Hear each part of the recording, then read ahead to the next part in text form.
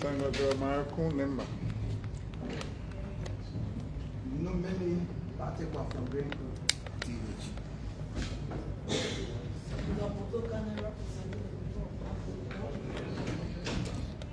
Councilor Joseph Jara, State Senator of County, and PD members of the committee.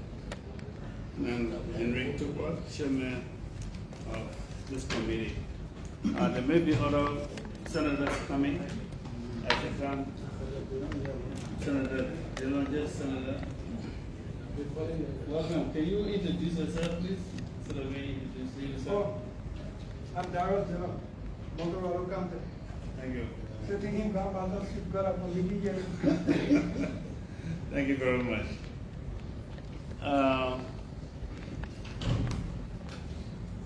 Maybe we should have the committee, Madam Chair. The floor is turned over to you. We want you to introduce yourself and board members. Honorable Presiding, my name is David Brown Lansana, Chairperson, National Elections Commission. I'm Councillor P.T. Reed, Co-Chair, National Elections Commission. Law Enforcement Commissioner. Wakai Dukley, Commissioner. Councillor Ernestine Morgan, our Commissioner.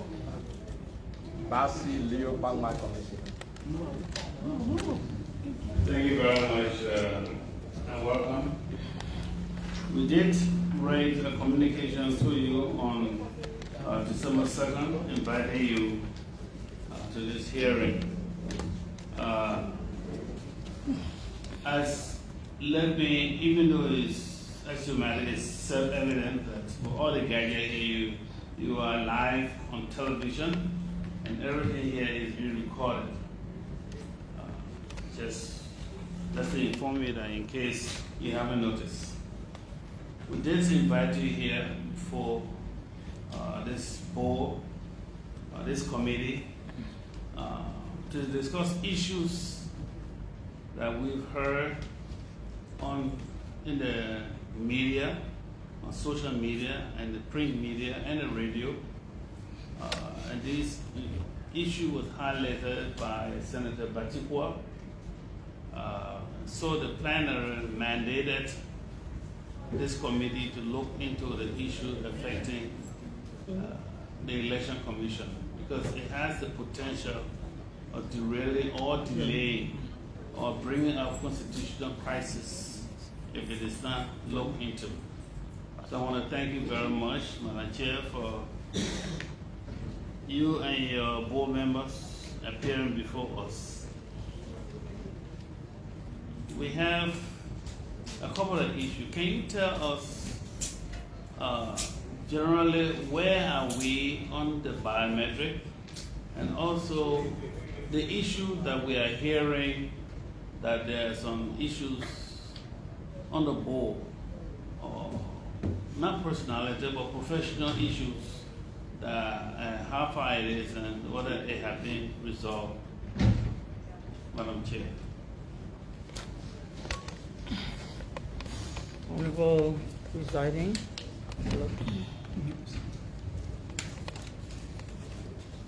an update of where we are. The biometric voter registration, a vendor, Laxton, has been selected.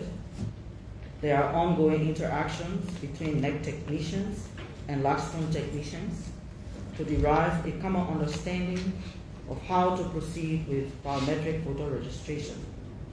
These discussions are to be concluded in the coming days and will lead to the development of a roadmap for voter registration. The information from these meetings and the final timelines will come out of this meeting. The public will be informed.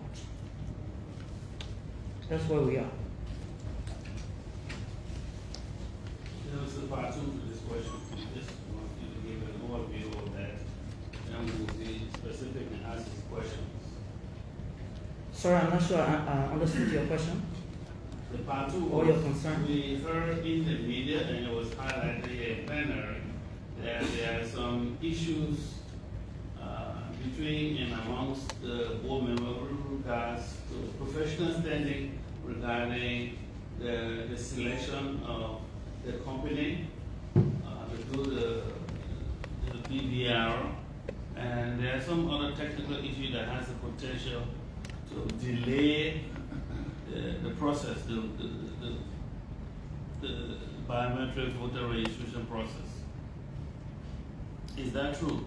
And if it's true, how do we address yourself to that? We'll come to specifics, but I just wanted to give an overview of what's happening and what we are hearing in the news, both in Front Page Africa, the Daily Observer, and some other media outlets on the internet. Honorable Presiding members of this august body, what I can say to the concerns you've raised and the questions you've asked is that a procurement process was conducted in a competitive bidding process. The PPCC had a rejection of the vendor that was recommended by the panel and submitted by the procurement committee. The PPCC had asked for a selection to be done. That was done, and the report from there was submitted to the procurement committee by the bid panel. The procurement committee reviewed that report and saw that the bid panel's recommendation was feasible, and it made that submission to the PPCC, after which the commission received a no objection to award contract to Laxton, and that process now is ongoing, as I've just noted, with interactions between the technicians and on both sides, the NEC and the Laxton.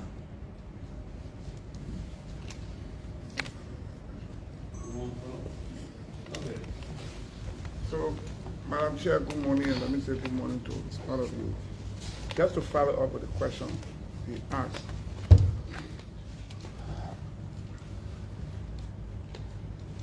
Madam Chair, there are cordial working relationships amongst you, the commissioner.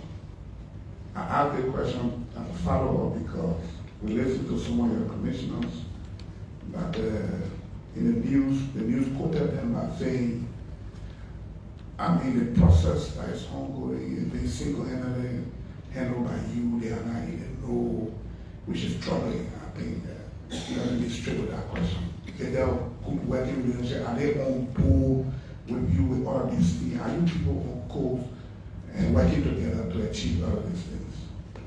The answer to that question, sir, is that the commission and the board of commissioners are on board.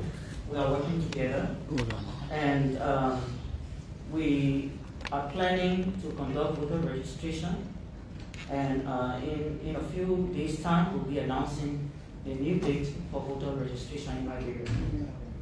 Okay. According to one of the news outlets, a procurement committee was set up in your institution, and while the procurement committee was undertaking its deliberation, you unilaterally went and decided upon the company to do the BVR. That was put in one of the news outlets. Is that true? That you unilaterally went and chose the, I don't know, what's the name of the company, Langston or something, to do this voter registration without the acquiescence or the involvement of the procurement committee that was set up to do that? That is false and misleading, sir. The truth of the matter is that the head of entity is head of procurement committee. The head of entity appoints the bid panel. The bid panel did do its work and made a submission to the procurement committee. And that was announced and sent or submitted to the PPCC. Let me direct my question to one of the members of the committee, Mr. Tibler. I think you were on that committee that was supposed to do due diligence to the process. were your recommendation considered in making a decision as to who to do the job? Your Honor, let me remind you. Mr. Presiding, what I can say to you this morning and to the Liberian people, the regulator, who is the PPCC, has spoken, and we are waiting for what the vendor and the procurement committee or will say to us with regards to BVR registration. That's why I would say, or if you're talking about what was in the press, or I wrote a memorandum to the chairpersons when she was out of the bailiwick of the Republic of Liberia, and I told her the processes we went through. When she came, the panel reported to her, and she wrote PPCC. And what I can say, the regulator has spoken, who is the government arm, and we're waiting for the vendor that was chosen, and the technicians to be able to formulate a timeline for the Liberian people to know when registration will begin. Further up, that memorandum was written to the chair and was meant for the board members. But like I said, someone on this board leaked it to the press. In fact, Daily Observer called me to wanted to know the ink there. I told them that memorandum was not for you, it was for the Board of Commissioners. And they went ahead and published it. And there we are. We have moved beyond that as we have gotten the vendor, and we're listening to hear what the technicians will say. I understand that as a result of this decision, one of the bidders had taken issue because there was some inconsistency with regards to the ability of the organization chosen to do the job. Are you aware of that? The question is who? Yeah, I'm talking to you, the head of. Oh, the You. to me? Yeah, I haven't seen that letter from the other vendor. I haven't seen that letter. Have you heard of it? I haven't heard about it because usually, Mr. Presiding, I would like to have the opportunity to read or hear where they have to say, but I haven't seen the letter. But I hear that the letter is in the air or in the news, but I haven't seen it. So, let me tell you another issue. So, in short, all the commissioners, you people are working together and everything smoothly, no issue. The reason why we're asking this question because when you said, please use the microphone. Thank you. I can't remember. When you say there's an integrity area and your cohesiveness matter to moving us forward to the election. When there are major disagreement among all of you, a call for concern. And so it's our interest to see whether all of you are working together for the interest, for the good interest of this country. And so my question will be general to all of you. Whether we are on course now, as the chair said, and we are moving forward, or there are issues that your team will need to look at. I guess any commissioners can answer that. We are trying to ascertain as to the working relationship on the committee because we are hearing live that there are some issues that need to be addressed. Though not very, very major, but it will delay the process of the election and making decisions. If I could use 1 second, please. Mr. Chairman,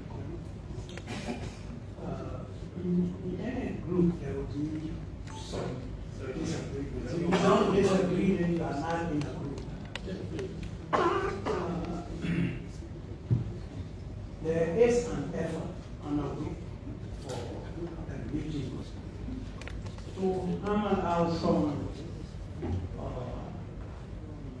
what I would call, some might be misunderstanding, some might be genuine concern that actually should be discussed in our meeting. And I would think that we're able to really discuss it in, because that's really where we can move forward. And I really can say thank you for the concern that if there is some major disagreement in the commission, you'd like to know. So, and I know your purpose of doing it is to help resolve it. That's how I understand it. But we have embarked upon discussing, holding a retreat so that we can be on the same page. But as a group, there will be skirmishes here and there, things. Yeah. Mr. Chairman, after that. Mr. Chair, thank you very much. So I can't put on my hand. Well, somebody from recognizing you. Mr. Chair, thank you very much. I really want to remind our final, the members of the board, that when the safety, especially at this stage, very critical for the future of this country, for the stability of this country. What you do from the onset of this process will assure the Liberian people that indeed at the end you will derive a process that will be appreciated by everybody, that will prevent any attempt that anybody will have to think otherwise. And that is why we will continue to be engaged with you as we are mentorally, statutorily charged to supervise through our oversight to ensure that whatever you do is in the supreme interest of this country. Elections is very, very important. So, the reason for which the law gave you 7 is because whatever you derive will be avoid of biases, of cloudiness, but transparent. You are set headed by one to coordinate, 7, one among equal. So tomorrow, when you sit here, and tomorrow you go we start hearing any different thing again at the end, all of you will be held responsible. We invite you here as commissioners to tell us clearly what is happening. The news out there may be misleading the people and may be informing the people correctly. And the only way we can get to know really what is happening and who all of you are accountable is when you invite you here and you tell us. So I just want you to be aware. My question is, are all of you in possession of the no objection letter that is from PDCC regarding the selection, and that process, that selection has been done, and they want the institution that are being selected to handle the parliamentary process is now selected at the approval of all of you? That question is for everybody. So let me add to that question, Senator. Because in the newspaper, what we read was while the chairman was away, the procurement committee was in session or meeting on this issue. As soon as the chairman came without consulting, she unilaterally sent the information to PBCC, and she unilaterally decided on who to choose. Do you have the feeling that she's running the show over there autocratically, that may bring the different impression of the commission? Because it shows that you're not doing anything. Only she alone running the show, if that is true. That's October. Is it autocratic? They can't hear it to be close to. At least it's very good. The late ones So are let's just go ahead with it. Because the thing is, out there in the news, it's in the open. the late ones. Anna, you can answer that, please. You can react to that.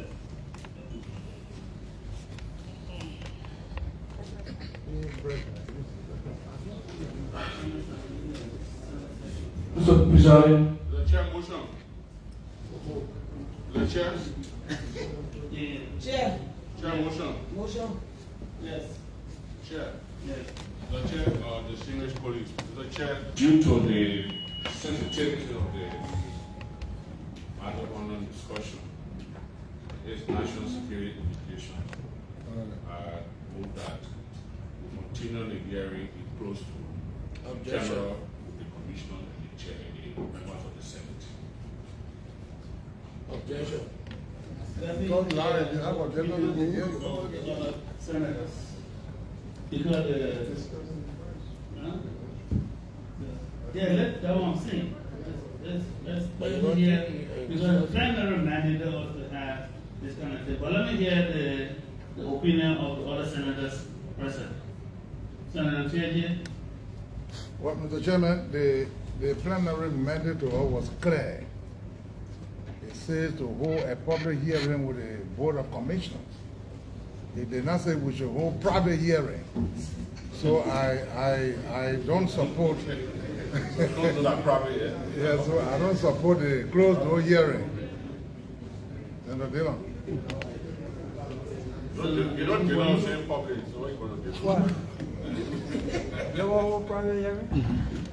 That's what Senator Snow is suggesting. But why should we hold private hearing? Okay. Senator Jara? No. So the Dillon was not here, that's why I objected. Because I knew the answer. So that the answer you just got. Okay. Senator Mbabu? We have started, let's continue. Senator? So let's continue. We get the vote. And all in favor say yeah? So Let us pause right now and introduce the other senator who I just came. Senator, yeah, spoke about, can you introduce yourself for the record? Okay, Senator Edwin Snow from Ikander. And who else is Senator? Senator Toya, too. Oh, Senator Tiaje. Hey, I don't know, wait, man. No, that's an attack, that's a- You're not going to vote for me. So what's your problem? Well, it will do public hearing on a critical issue with our PA and very busy role. Exactly. And we start making fun that had a hearing will No, but go. talk to the Redman Bianco. He's having the paying for. Senator from LG. Senator, can you introduce yourself, please? My name is coming in with Okay. Senator from Southeast.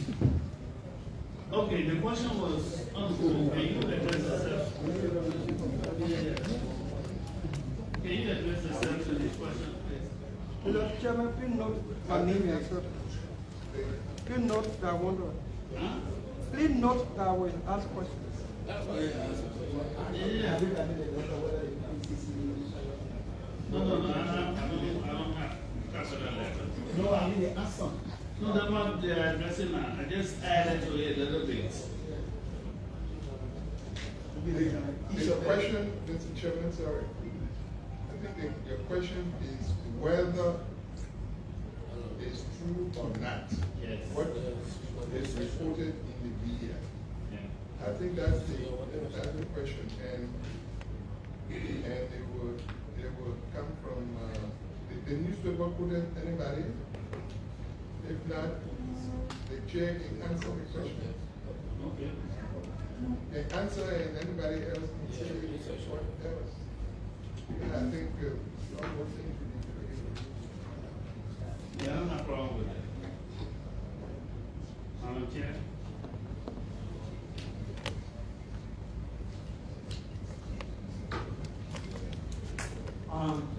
To say that the procurement process is by statute in the PPCC Act. The PPCC Act says the head of entity is the head of the procurement committee. The head of entity appoints a bid panel. That bid panel goes and does its work and makes a proposal or recommendation to the procurement committee. The procurement committee is made up of, I think, 5 members, as is the bid panel.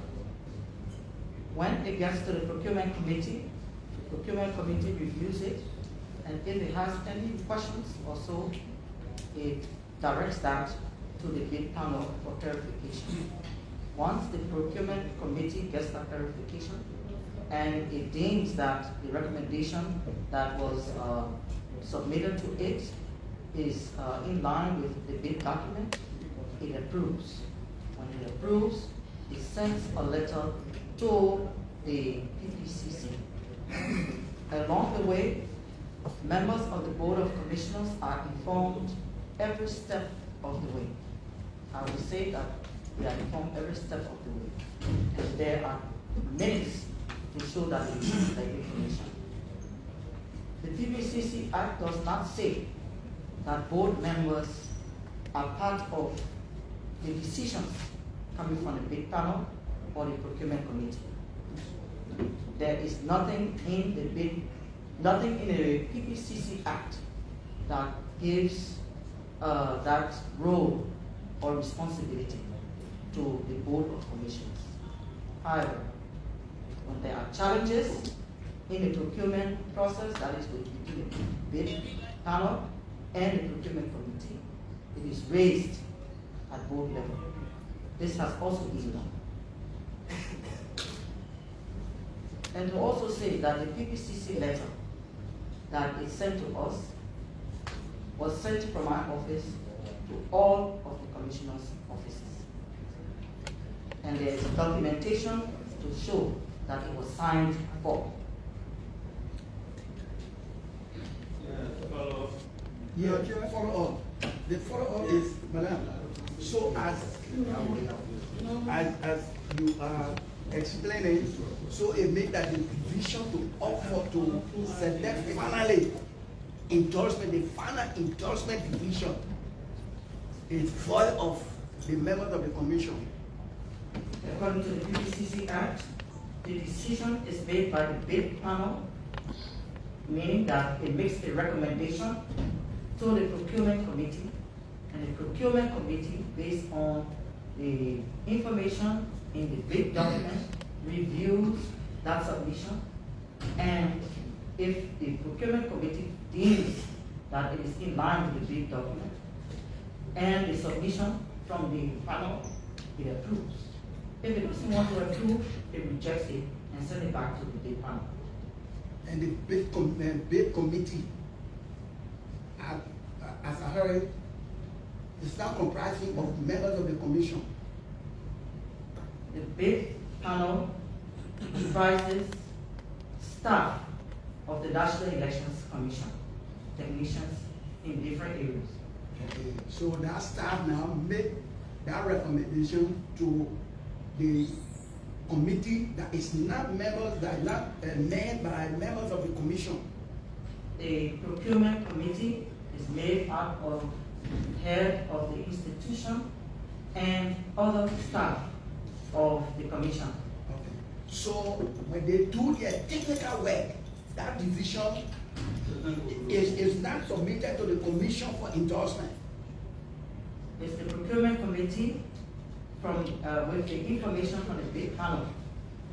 The procurement committee endorses what the bid panel submits to it, or if it doesn't meet the requirements set out in the bid document, it rejects it.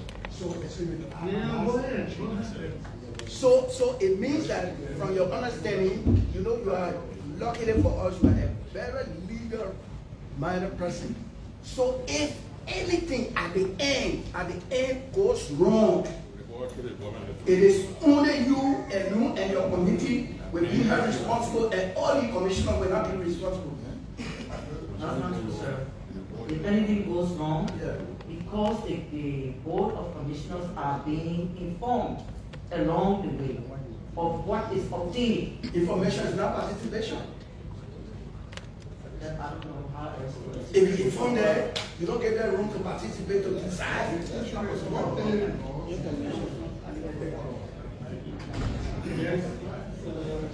Mr. Chair, you know that my name? Yeah. The chair, know that money? Since they were all outside, no money. Mr. Chairman, thank you for the opportunity. Madam Chair, I heard you say the head of entity is the head of the procurement committee. And that procurement committee comprises all the members or all the commissioners. Am I correct? Am I correct? What I said, sir, I'd like to repeat. Please. The procurement committee is headed by the head of the entity, Right. and who's also the head of the procurement committee, Okay. and appoints members to that committee according to the PPCC Act. So which of the committee the commissioners are part of? I don't know which committee you're referring to, sir, because the PPCC Act, there is nowhere that I have seen in the PPCC Act that says board members are members of the procurement committee. Okay, so with the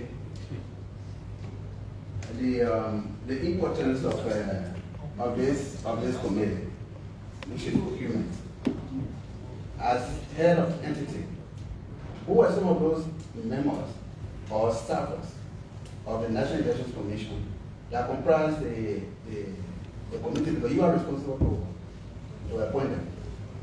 Technicians, sir. General technicians. Technicians. Technicians, yes. So by way of notification at the end, the commissioners can be aware of what has gone on this committee. Is that true? They are informed, and when there are challenges to the process, they are informed and they make contributions. So let me just ask. It's only whatever there is. Let me just ask. Is there anyone there that has contrary view? The board I'm speaking to now. Is there any of you that have contrary view to the way the process went on, and you have some misgivings about it that will cause, some problem in the future if we don't hammer it right now? Any of you, for that matter? Maybe, sorry. Somebody is about to respond to it. Someone about to respond. Sorry. Please, is there anyone? Because the reason I'm asking is there anyone? Let me give reasons. Let me try to give reasons so that maybe if there are any fears anywhere there, it can be abated. We are not investigators. We are not people that subpoena you here. We are the ones that are going into these elections. And if your house is not in order, it will be difficult for us. That is our concern. Please, if there's any one of you who felt disenchanted by the way the process went on, this is the time you can say it out so that we know exactly what our intervention will be like. That's why I asked the question. Is there anyone? Yes, sir. You're about to speak. Yeah, Honorable Presiding, members of the Senate Committee on Elections. There are processes that are followed under the Elections Commission, and the Commission is divided into two components: the board, which is the policy-making arm, and then the administrative arm. I'm one of the commissioners who is of the view that any matter, whether it's administrative or it's operational, it should be in consultation with the board. Therefore, I do believe that when decisions are such on procurement that are pertinent to the stability of the country, it need to meet the consent of the board. I believe that when decisions are taken from the panel, the board should be in the know. Not in the know, only that in the know, but I do believe that the board should participate, have their thoughts, have their view expressed. If there's a need for a vote to be taken, a vote is taken, and the majority take this the vote. Having said that, I also believe that the head of the institution is the head of the procurement committee, but our law says everything that is done should be done in consultation with board members. That's a one line that is written in the elections law. And if that is done, we will not be sitting here as we are sitting today.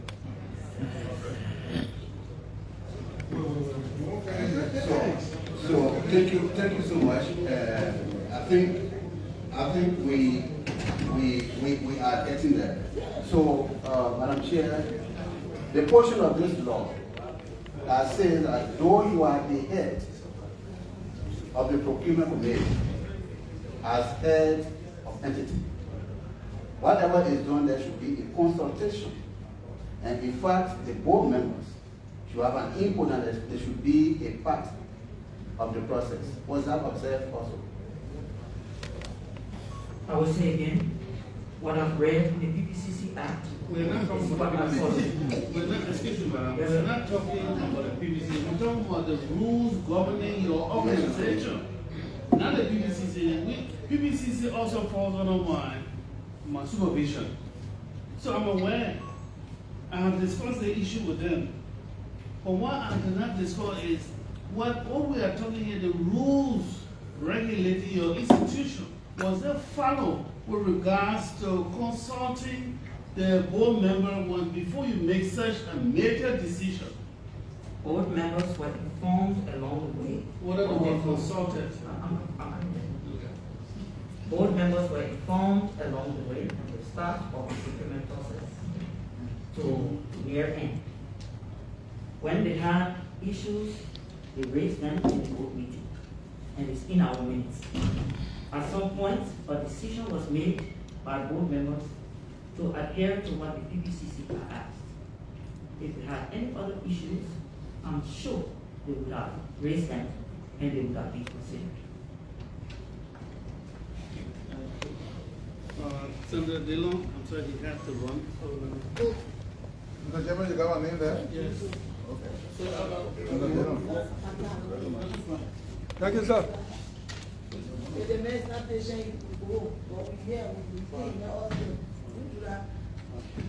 Chairman, please recognize Senator Connor. Yeah, so I want also, yeah. Yeah, no worries. Please let it, after all, before you say to a question, especially the female. Not the female. Okay. Madam Commissioner, first, what is troubling me now? Let me give an example of the census. We have gone into the census, and maybe by now the census is over. And according to the director, when we complain about the enumerators going to the area where there is no network, they said things will be possible. And as a senator, they went to my house. Hold on, Mr. Chairman.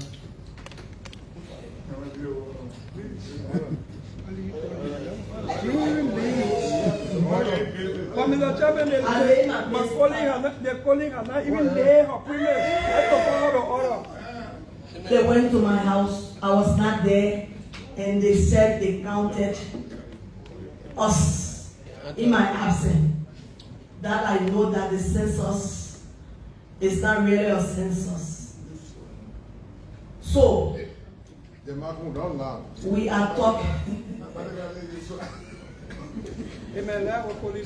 We are talking about the BVR national problem, and we are talking about electronic matters going into the counties, especially for Bampulu County, where there is no network. Madam Commissioner, how you think the workers will operate in that part of the county? And two, the centers, the distances living from one place to another for the election is too far for voters. Like, for example, living from Natana Mage's home. Nobody, 8 hours, he get the highest. And I'm living from his home to come to the road is about 8 hours where there is no network. I want to really understand how are we going to do this BVR process to really satisfy the people in my county, because for the census, I don't think census was done in that county because of the distances. So I really want to understand how are we going to do it.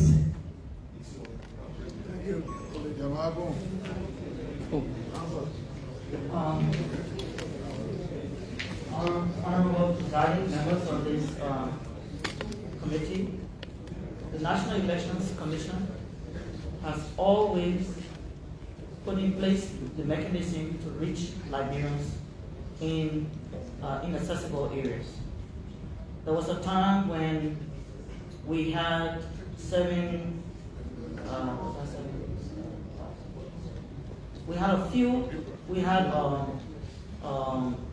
voting centers that needed to be established in some parts of the country, which now is at 2,080 because we added some 300 in 2017. Based on the current funding and based on the assessment that is currently being done in the field to know where our centers are and what might be the possibility of increasing them, we have to wait until that assessment is done and we are able to position, if possible, where maybe new centers may be. The caveat there is that we have already submitted a budget which was streamlined by the Ministry of Finance and Development Planning, which actually is supposed to support voter registration in the 2018 centers. So this is under review. Then what about the equipment I'm talking about? Whether they're electronics or they are solar, we want to know. As we have said before in different briefings to this body and at the House of Representatives, the process to deliver biometric in field has been worked out with the technicians, and this final leg now with the vendor will put into perspective some of the answers that we need to give you as you have just asked. Because you're going to election, I want you heighten it out. But it's very serious. It's a serious thing. The thing happening in the census issue. The post said this and that are going to happen. They never counted the people, even like again, nobody man say they count the census. They just walk up on the street. So we're talking about election matters.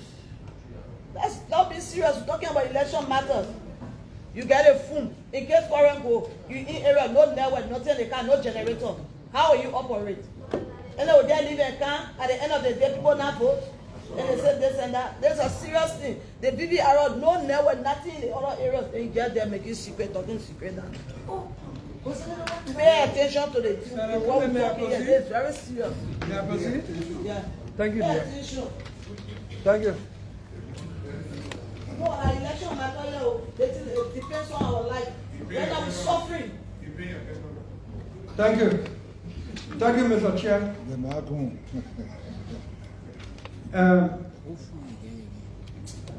I'm seated in this seat today by the grace of God, the blessing of the people, because there was an election process that brought me here.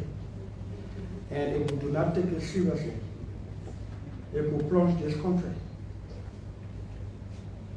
And so I hope the seriousness of this matter is the means by which we will address it.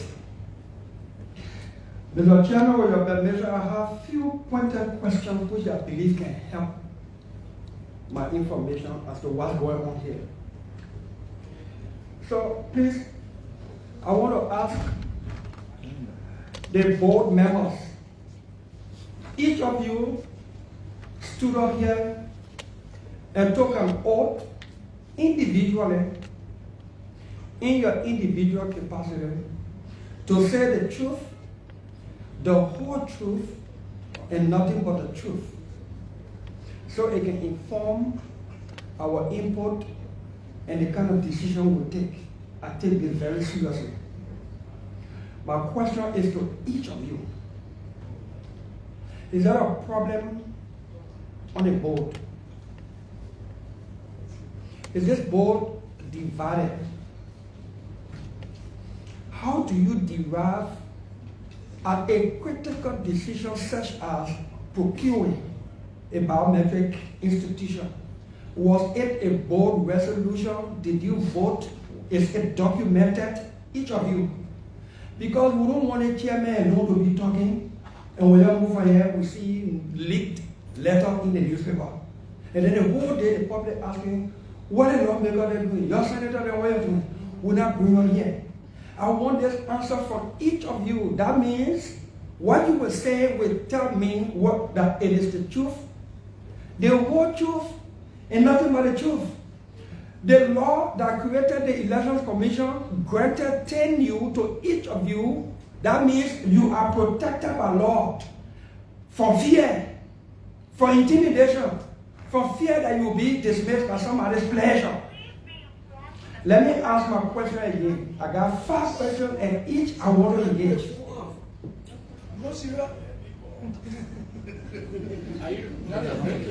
Is there a problem at the commission, especially regarding the procurement of this biometric system? Each of you, I want to hear you. Let's start from the far left or right. Yes or no? You want to elaborate in few seconds? If yes, why? If no, why? We want to know clearly. We want to move fire down, we hear something different. Honorable Presiding and members of the Senate here, when you say a problem with BVR, because we have different segments of the entities. Number one, when it comes to the policy issue, the Board of Commissioners decided that we'll go BVR. That is a decision that was made by the commissioners to go BVR for the 2023 general. Was it a documented decision? Yes, it was a documented decision. Good. So that decision was passed by the board? Yes. The procurement process, did the board, each of you participate and voted by record to procure a particular entity? No. Next question. We want to know what happened here. It's very good, Next question. Yeah. No. No. So, the last question, please. Now, it brings me to my memorandum, which shall come to open now to the press. Of course, divided cannot stand. But since you all won the issue from what was in the press and my memorandum, I'm about to explain to you all. I'll come in, Senator Batikwa. We had a board meeting. And when Iken was not taken by PPCC, Madam Chair called us, or we had a board meeting, and she said the board should take a decision or make a decision. And she was recusing herself from this decision. One of the commissioners, which is Commissioner Bamba said, you can preside over the meeting, but if you don't want to vote.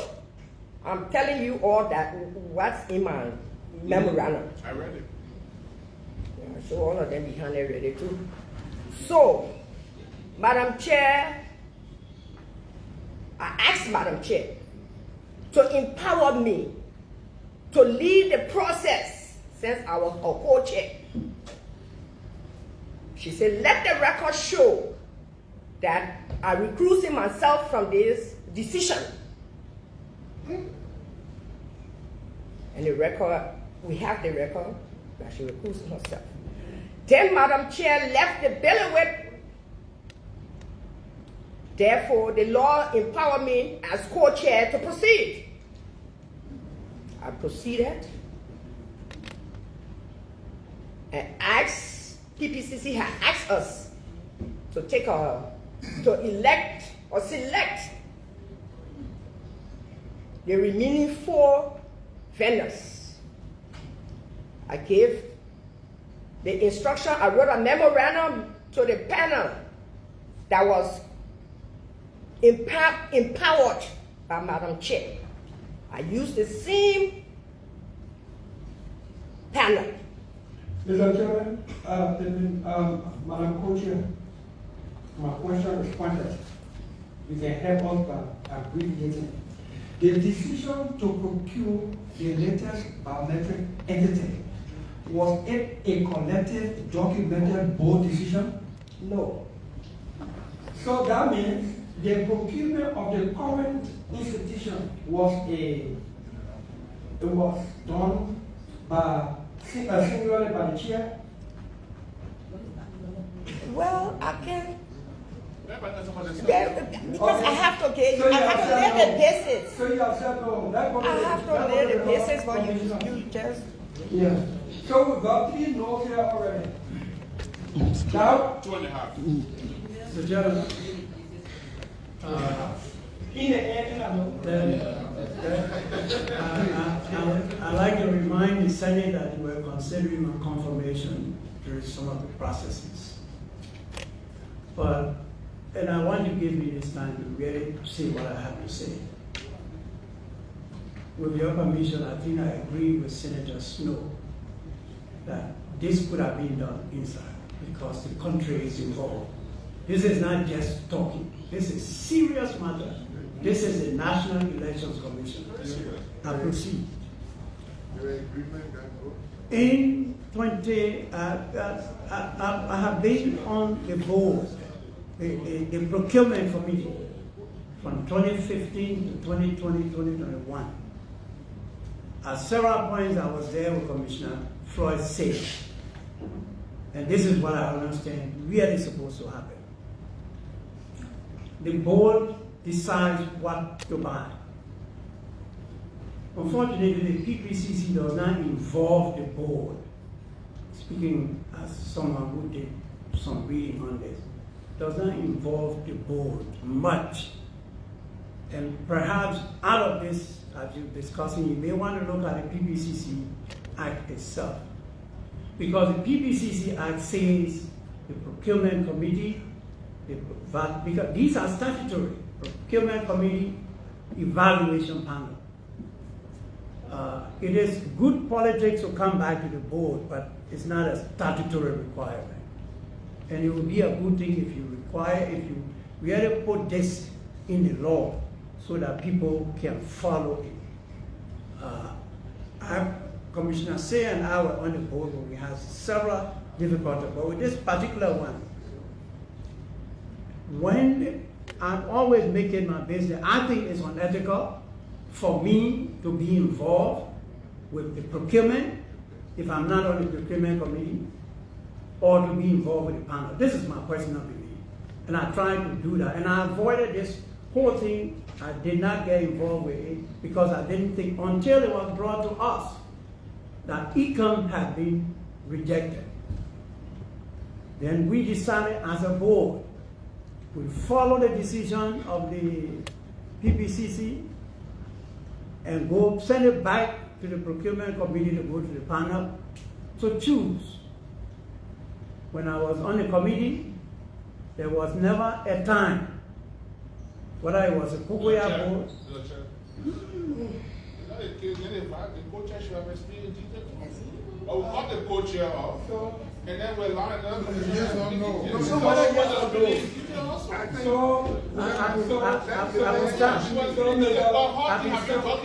Mr. Commissioner, yes.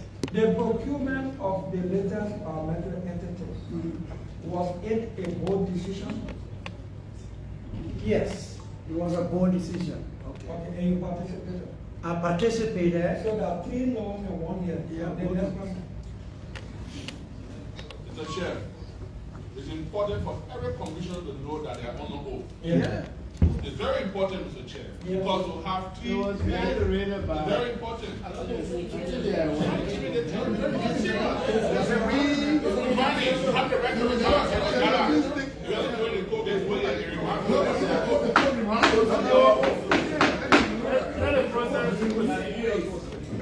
Yes, madam. Okay,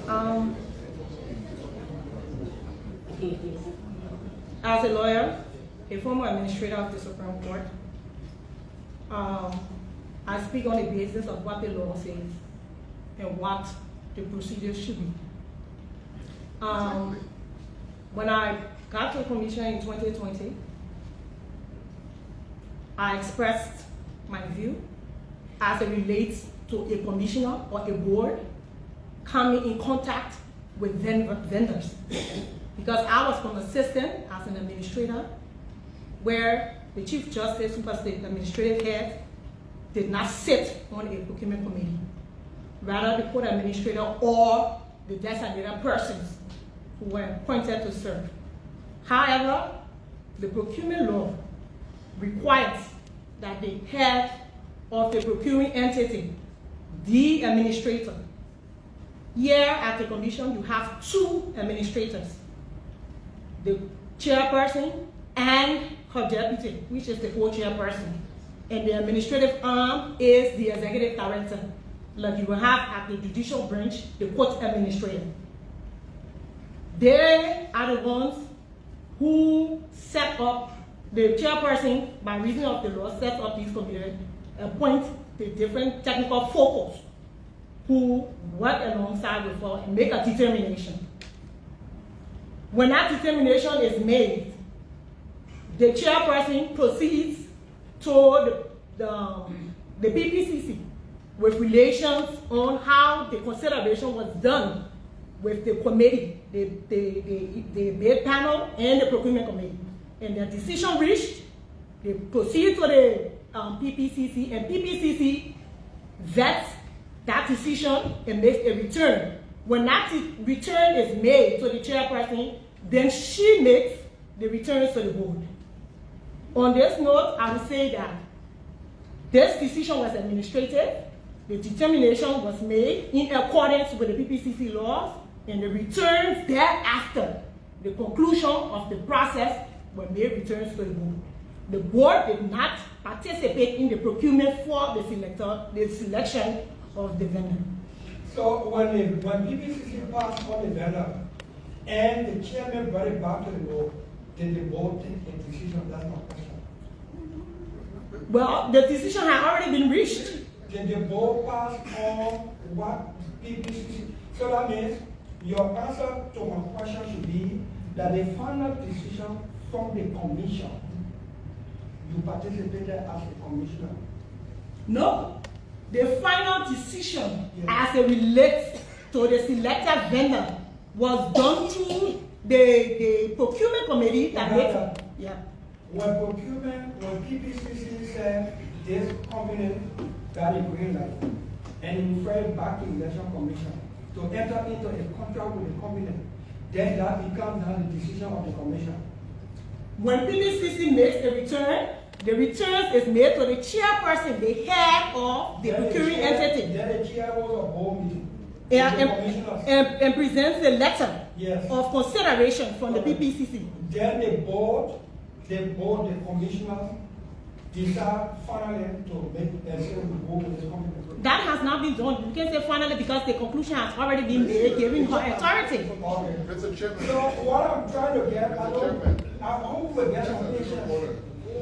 I hope we get some patience. Yeah, let's get through this.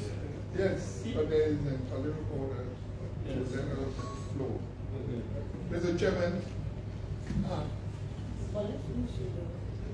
I think before us, Order to the speaker. before us is an issue of law and then practice. I think the issue we must answer is first, what is the law? What does the law say regarding the PPCC Act? And what is the powers thereto of the commissioner? Now, if we are asking for opinions and want people to vote on opinions, then I think we're going to give ourselves a lot of trouble. No, but I'm hearing. Let's deal with the law. Yeah, I think What? that's what And I think our two people spoke about law issues and they were stopped. I listened to Commissioner Canet Dupré and my dear Commissioner. Let's let the law issue first. What does the law say? So what's the honor? So we come to the The law. honor is that we must not be asking about opinions. No, I'm not asking for opinion. My senior colleague, I'm not asking for opinion. This hearing is part of the information that this board is divided. There's That's conflict opinion. on the decision. That's Sir, opinion about for a commissioner to say, I did not participate in a decision against the board, is that opinion? The law does not say that the commissioners must work in unison. It doesn't say We didn't say so. that the Supreme We didn't say so, it said there must be a majority. So in order to get that majority, it means a decision must have been taken as a result of the deliberation. You're right. So what's that? Thank you, sir. Thank you. So, Madam Commissioner, my question simply is, after the procurement committee did its work, sent it to PPCC, PPCC passed on a particular entity, they sent it back to the chair of NEC, in keeping with the law, except you want to correct me. That final decision after PPCC procurement process is finally determined by the board, correct? Honorable President and Senators here, PPCC, the Public Procurement Commission, is the regulator of the procuring entities. And their regulation states who chairs the different committee in terms of the administrative procedures that governs the institution. When the determination has been made by the administrative focal, the chairperson, and her committee that she has impaneled by law in relation to the PPCC Act, returns are made to PPCC. When PPCC offers an entity a no objection, meaning whatever the chairperson has submitted on behalf of that procuring entity is considered. Several persons are not required by the law to submit. So in essence, yes, procurement and the authority to do procurement is administrative. certainly, sir. So the administrative functional authority is vested in the chair. The chairperson, the co-chairperson. So it does not require both sitting to vote. No. That's all we want to know. So that it doesn't come across as as though the chairman took a unilateral decision. No. It is within her scope of authority. Okay. For which the law, So let me follow up for his one. the chair and the co-chairperson by the law are the administrative head of the NEC. That is by law. When the chair is in the bailiwick of the Republic of Liberia, the co-chairperson is not sitting in the administrative authority. When the chairperson is outside of the bailiwick of the Republic, the co-chairperson assumes that responsibility administratively. Thank you. So that was, I think you gave a little clarity. That was so that,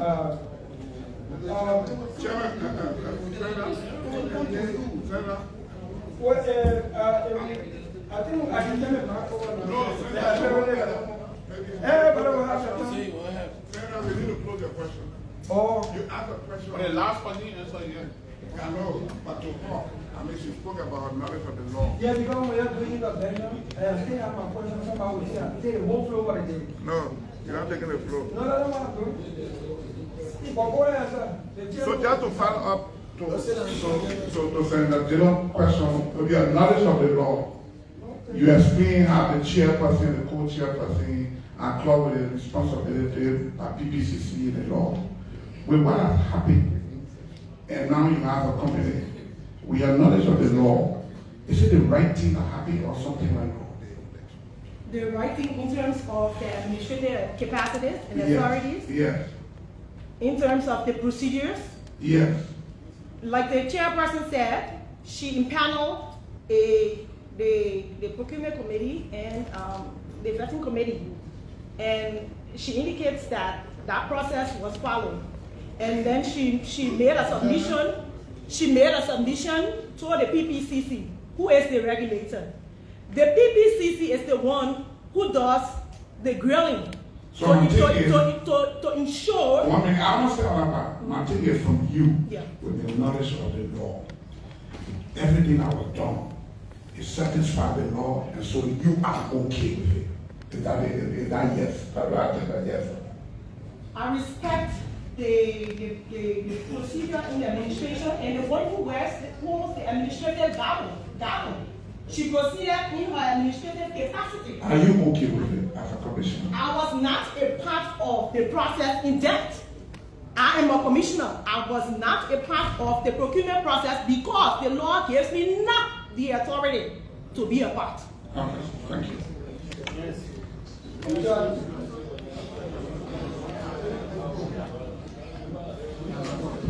Buffalo, the presiding, Buffalo, the organization.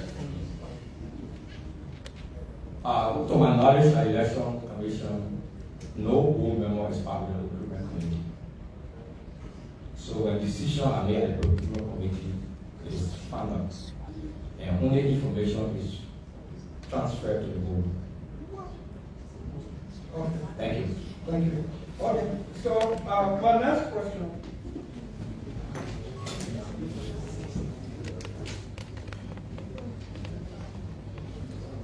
In keeping with considering all these things that are going on, in keeping with Elections Commission calendar of events and timeline for voter registration. Senator Dillon, Yes, sir. you have a plea to read. You have no resolution, so go ahead.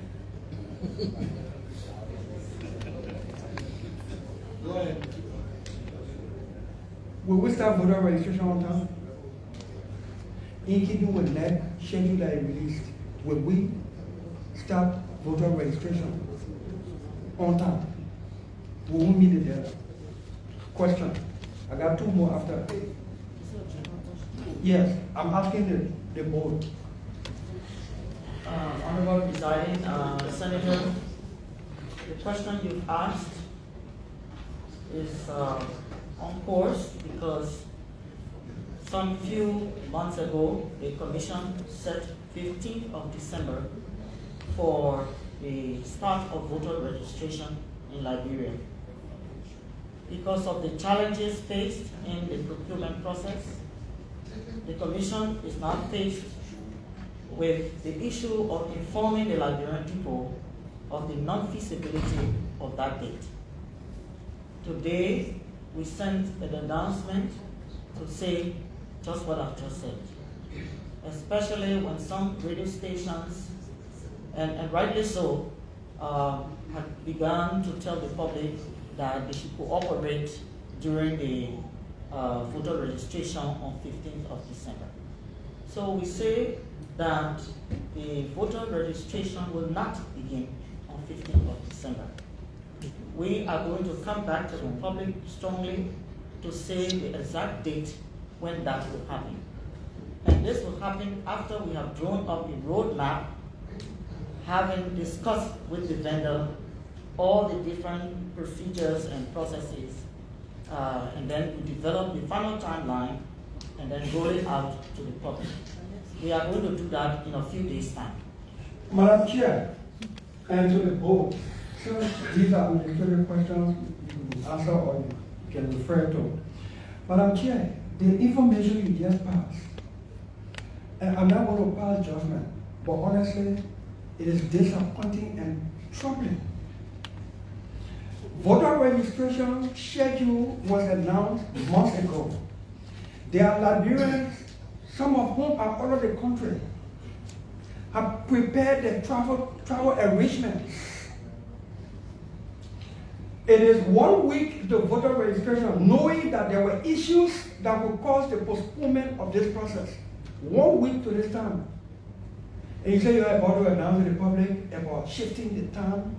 When you are doing this thing, do you take into consideration how it affects in a negative way other people's schedule and the financial the burden it brings to Liberians, home and abroad? You can consider that. Madam, let me make a follow-up on that. The delay,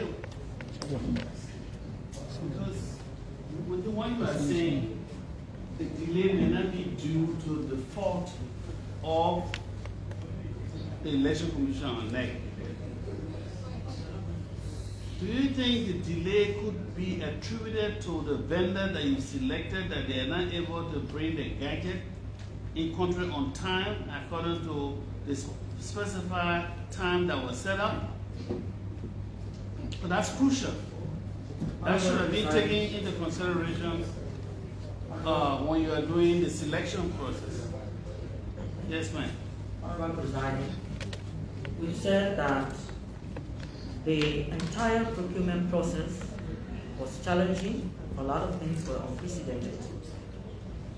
The consequence of which the Commission ran into time. We say now that the procurement process is near to its end, meaning that these are the final discussions. In a few days' time, we'll come back to the public. But let me also say that the civic and voter education cells that were established in the 73 districts in Liberia are ready to provide that information and move into the communities, as well as the communications for radio and TV and newspapers are all ready as soon as we get that date. Well, my question was very pointed, whether a part of the delay could be attributed to the fact that the vendor is not able to produce their gadget on time, on the specified time. We cannot attribute that to the vendor, sir. What we're saying, everything you need, the gadget, they are in country, they are on time, and it will be delivered according to the time that was set up. The time that was set up has elapsed. Plus, what is happening now is the discussions with the vendor to develop a timeline. Oh, they developed the timeline. It is not they who are developing the timeline. We are in discussions with them to know when they will be able to deliver. Because the timeline... Mr. Chair, sir, you know, Mr. Chair, sir, this is troubling. This is very troubling.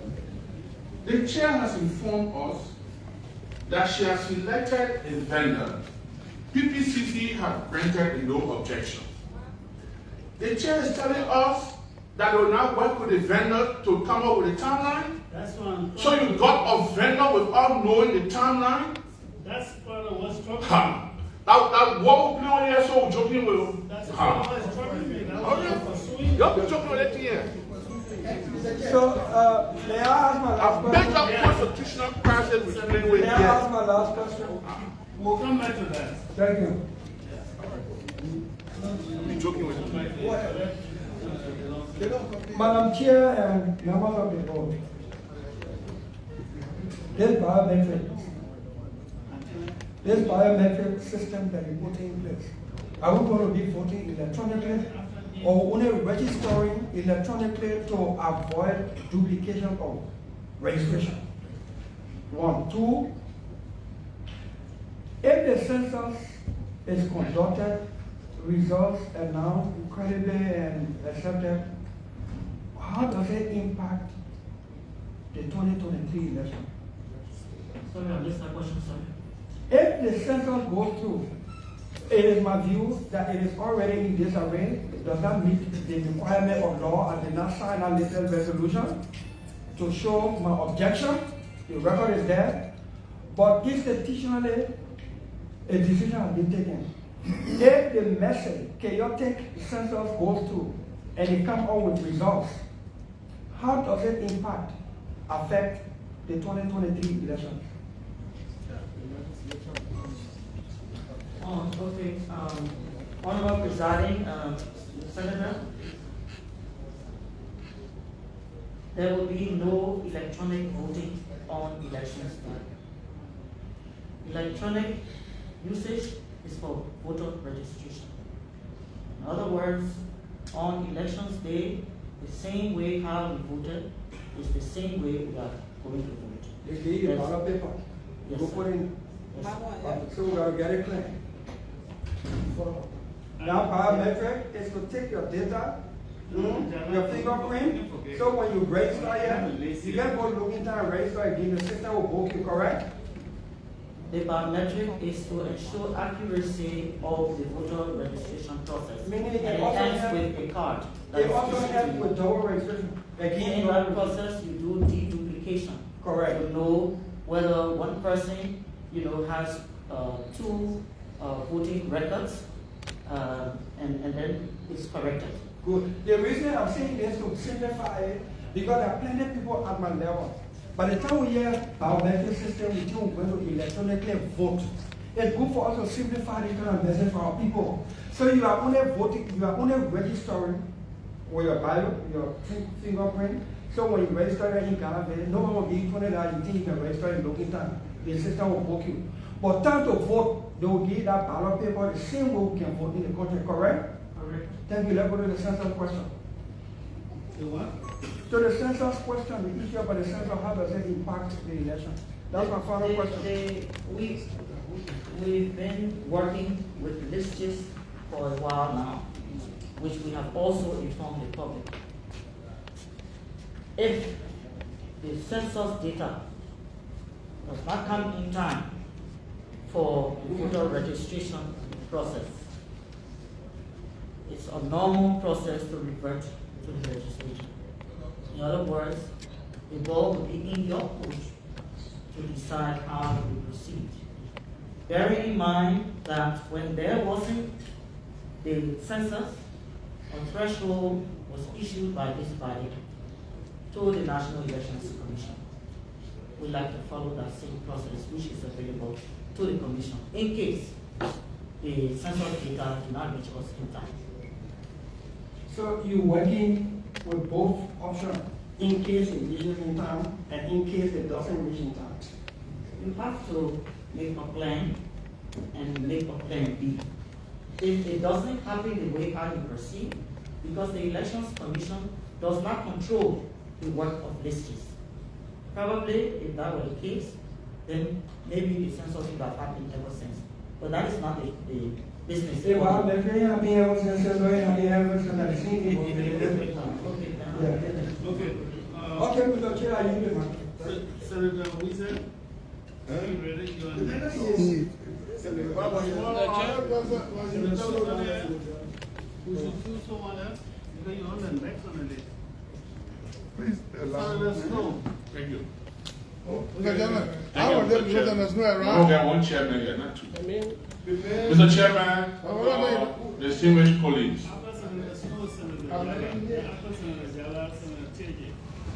So let's make our appointment short. The number of people coming in the office. after the loan.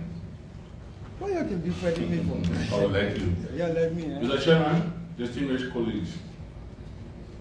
Mr. Chairman, like I said, I would prefer, journalists, I have to make eye contact being that we prefer to do this in closed door, but since we say let's do it for the public. The situation at the Election Commission is grave. And if this legislature does not take control of this situation, we should get ourselves ready for a constitutional crisis come 2023. I repeat, the situation at the Election Commission is grave. If we don't take control of the situation at the Election Commission, we should be prepared for constitutional crisis in 2023. There's a whole lineup of things happening at the Election Commission that we need to work on.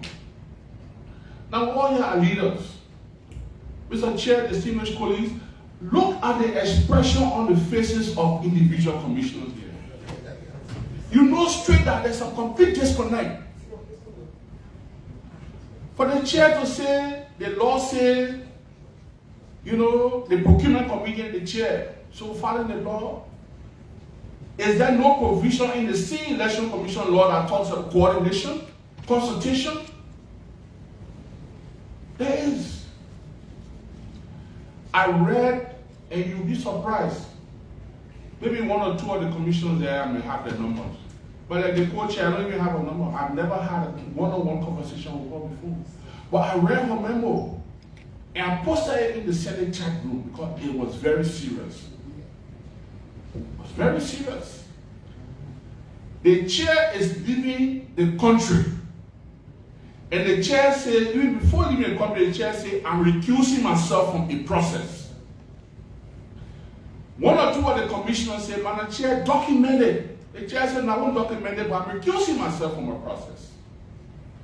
The chair travels on an ECOWAS mission.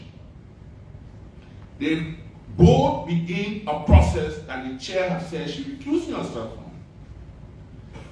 In the middle of the process, the chair returned to the country without consultation.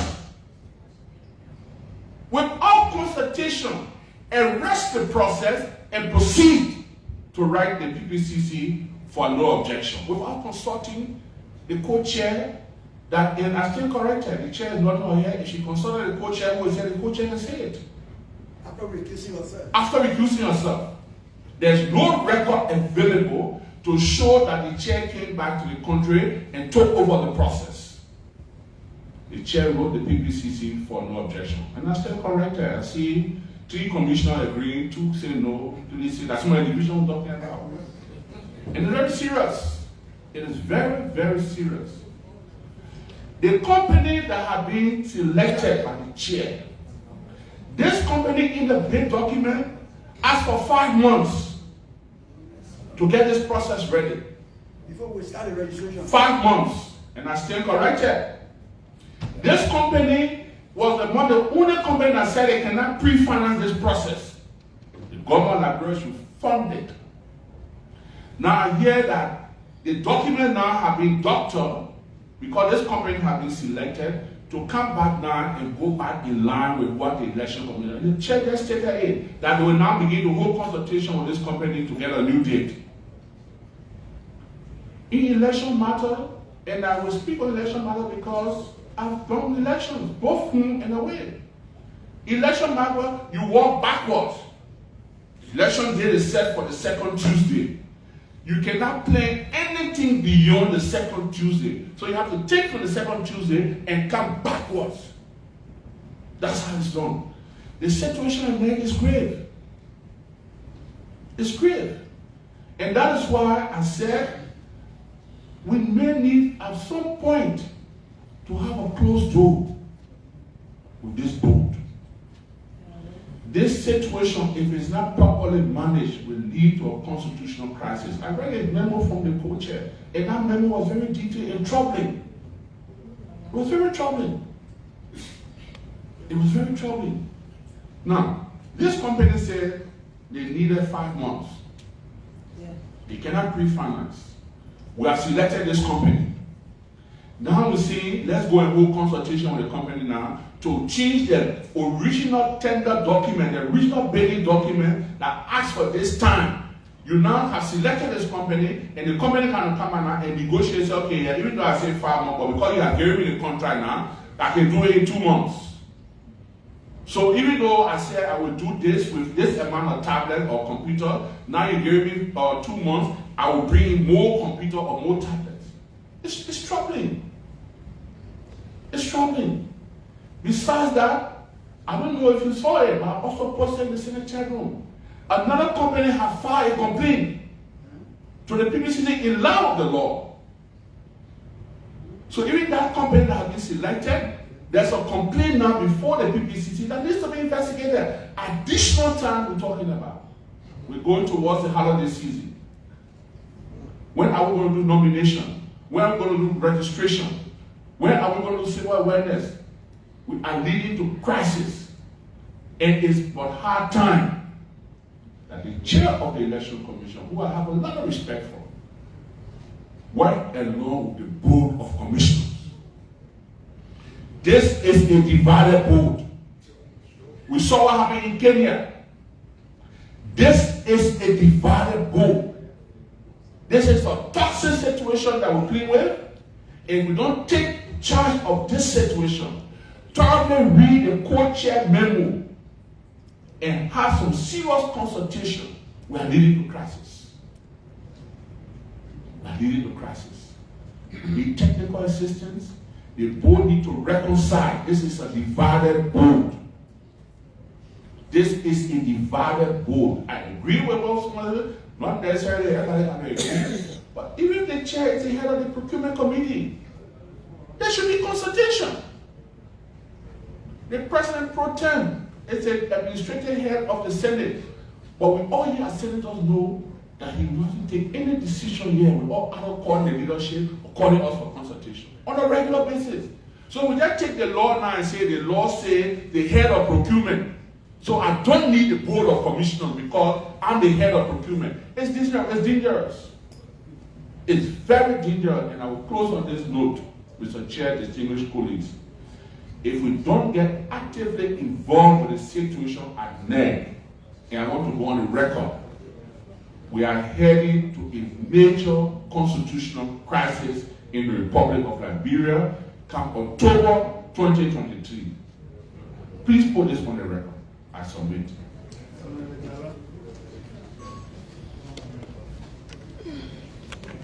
Thank you, Chair. I spent more than 1 week in Ghana studying how to write this procurement law as lawyer in the Ministry of Justice. When I came back, I was nominated into sitting at the PPCC for the Attorney General, listening to all these disagreements. Now, I quite agree generally, but not specifically with the chairperson of NEG, that what the PPCC law says she quoted is correct. But there's law versus expediency or prudency. Now, if you look at the Central Bank Board, they all were indicted for printing 3 years back. They had to go to court to get themselves exonerated. So while the procurement law may point to the head of the entity, which is accurate, but expediency means that you have a board. The board approves the budget of the commission. That money is used to procure. The source of funding of a procurement determine the procurement method and who makes the decision. So if the board is approving the budget, the board will have a say in how it's not every single procurement that the board will dabble into. But there are procurement, like concession, for example, who were giving out bond mines. It was the cabinet. But every single minister will speak at the NIC. So, we should not make anything here so big. We can tell the commission what we think is going wrong and advise the commission to go back in-house. Then to raise or try to couch the commission into coercion. I believe that one of my colleagues talked about a procurement complaint before the PPCC. In all due respect, the PPCC does not have original jurisdiction over procurement complaint. They have appellate jurisdiction. The jurisdiction of the procurement entity,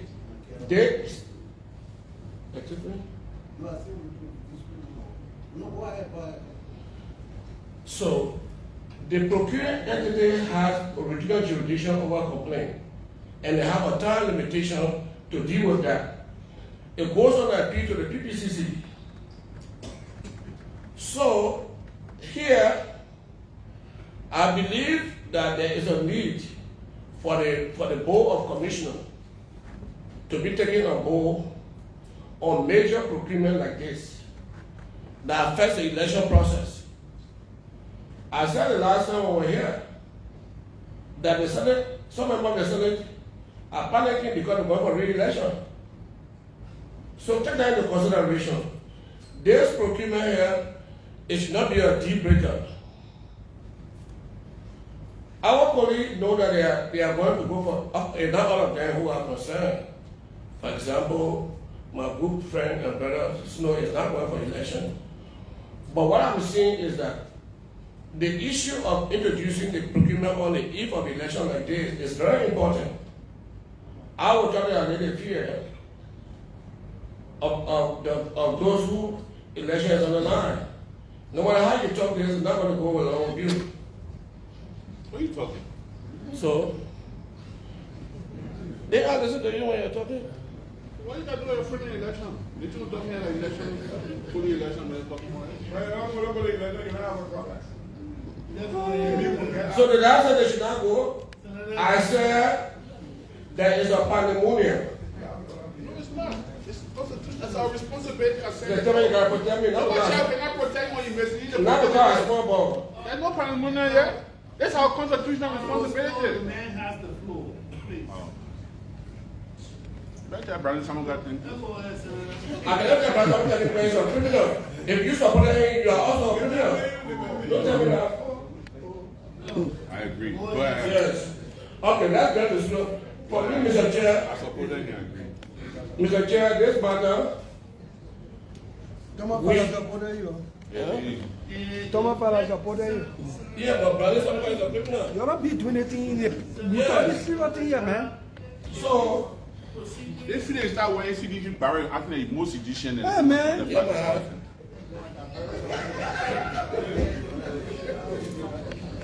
What I'm saying, Mr. Chair, is procurement issue, yes. The law is clear. But experiences vis-a-vis the law have to be collaborated. They will be taken together. Because if you just read the law and follow the law, and people are going on strike, you may have to pay twice the price. So I agree with those that call for harmony if there's a need for one on the commission. I agree with those who want to have this procurement looked at differently. Or if not, for example, in the first place, there is something called retender. If there was a tender process and there was a problem, nothing wrong with retender. Therefore, I believe that the board should be taken on board They should not be spectators. They should not be spectators in their own environment. Are you suggesting there should be a green time in everything that's happening? Senator? What I've been seeing is that the PPCC, I'm hearing that the PPCC is listening to our complaint. When the election commission should be the first to listen to that complaint and go on and appeal to PPCC. That's the law. But the complaint is against the election commission. It doesn't matter. Yeah, when I have my complaint against the election commission, I'm going to bed twice. And go and appeal to the Supreme Court. That's the law. You must go to the commission, you must go to the entity first. The entity will rule against you. Then you go to PPCC. That's an independent regulator. Okay? So, it is a good thing that we are looking at it. The complainant should be advised to go to NEC first. After that, it goes up to PPCC, then it can go to court. That is how we wrote the law, that's how we structure it. That's what they call appeal and review panel of the PPCC. Okay, the PPCC does not have original jurisdiction over procurement complaint because they are not the procuring entity. So, the election commission should agree that everybody on the commission or on the board, that's why when you have a disagreement with election result, they go to the entire board. The board should be taking on board on major procurement, and not every procurement to buy slip up. But procurement like this, you're talking about the whole country system, the board should be incorporated. That would be my suggestion to my colleagues. Whether we have this discussion today or later, that a procurement of this magnitude should incorporate the entire commission. That is why the law will envisage. If they do not say the head is the head of the procurement entity, I agree, but at the same time, experience is there. You don't want to have a procurement, you could make a mistake, but when 7 persons get together, that error will be minimal. That's one thing I learned in public service, that a big company don't make mistakes easily because they have 2 minute vetting process to go through. So it will be a good idea for the commission, the entire commission to be involved with the procurement, even though the share is whatever it is, but the board should be involved because the magnitude, the nature of this procurement is for the whole country. And there's a need for the whole commission to make that decision. Because they will make the budget, they will approve the contract, they will obligate the institution. So that is those are getting nothing when you add together, and there's a need for them to work together on that. So I don't want to get into specificity, but this will be my general thing, that the board should be brought together because of the nature of this procurement. The law will not have any disagreement if they were brought on board. Thank you. Thank you. Senator Wilson?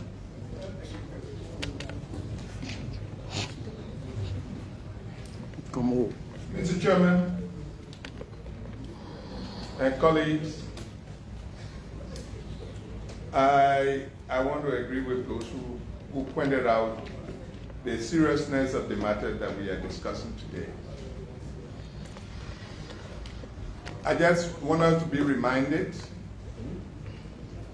that in 2023, what we should be having is what constitutes general elections. In that particular case, there are only 15 electable people who will not be elected. That's 15 senators. The other 15 will go for elections. The 73, depending how the demarcation and new processes are, from the House of Representatives will go for elections. The president and the vice president will go for elections. If we had done it properly, even the town chief, clan chief, and paramount chiefs will go for elections. So the entire country, except these 15 senators, and in this room, except for only 3 of us, the senators that are here are all those who are supposed to be here who might not go for election. But it's very serious. That's how serious this matter is. Maybe some people haven't thought about it. But beyond that, our history has taught us that all of the major conflicts where a lot of blood has been shed has come from election conflicts.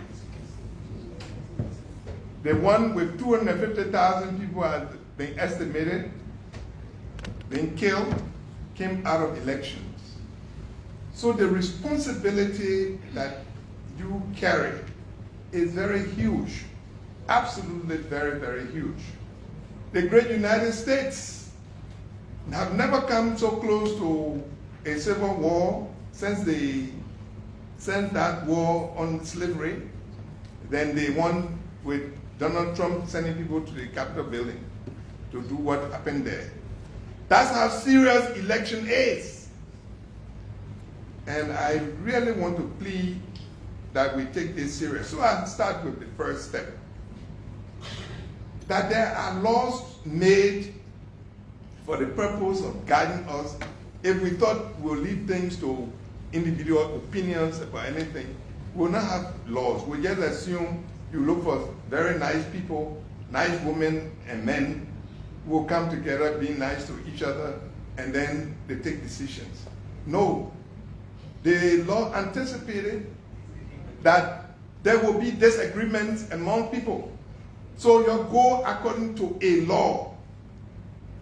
Now this law that we have before us are laws, there are two pieces of laws that must work together to get the results regarding procurement.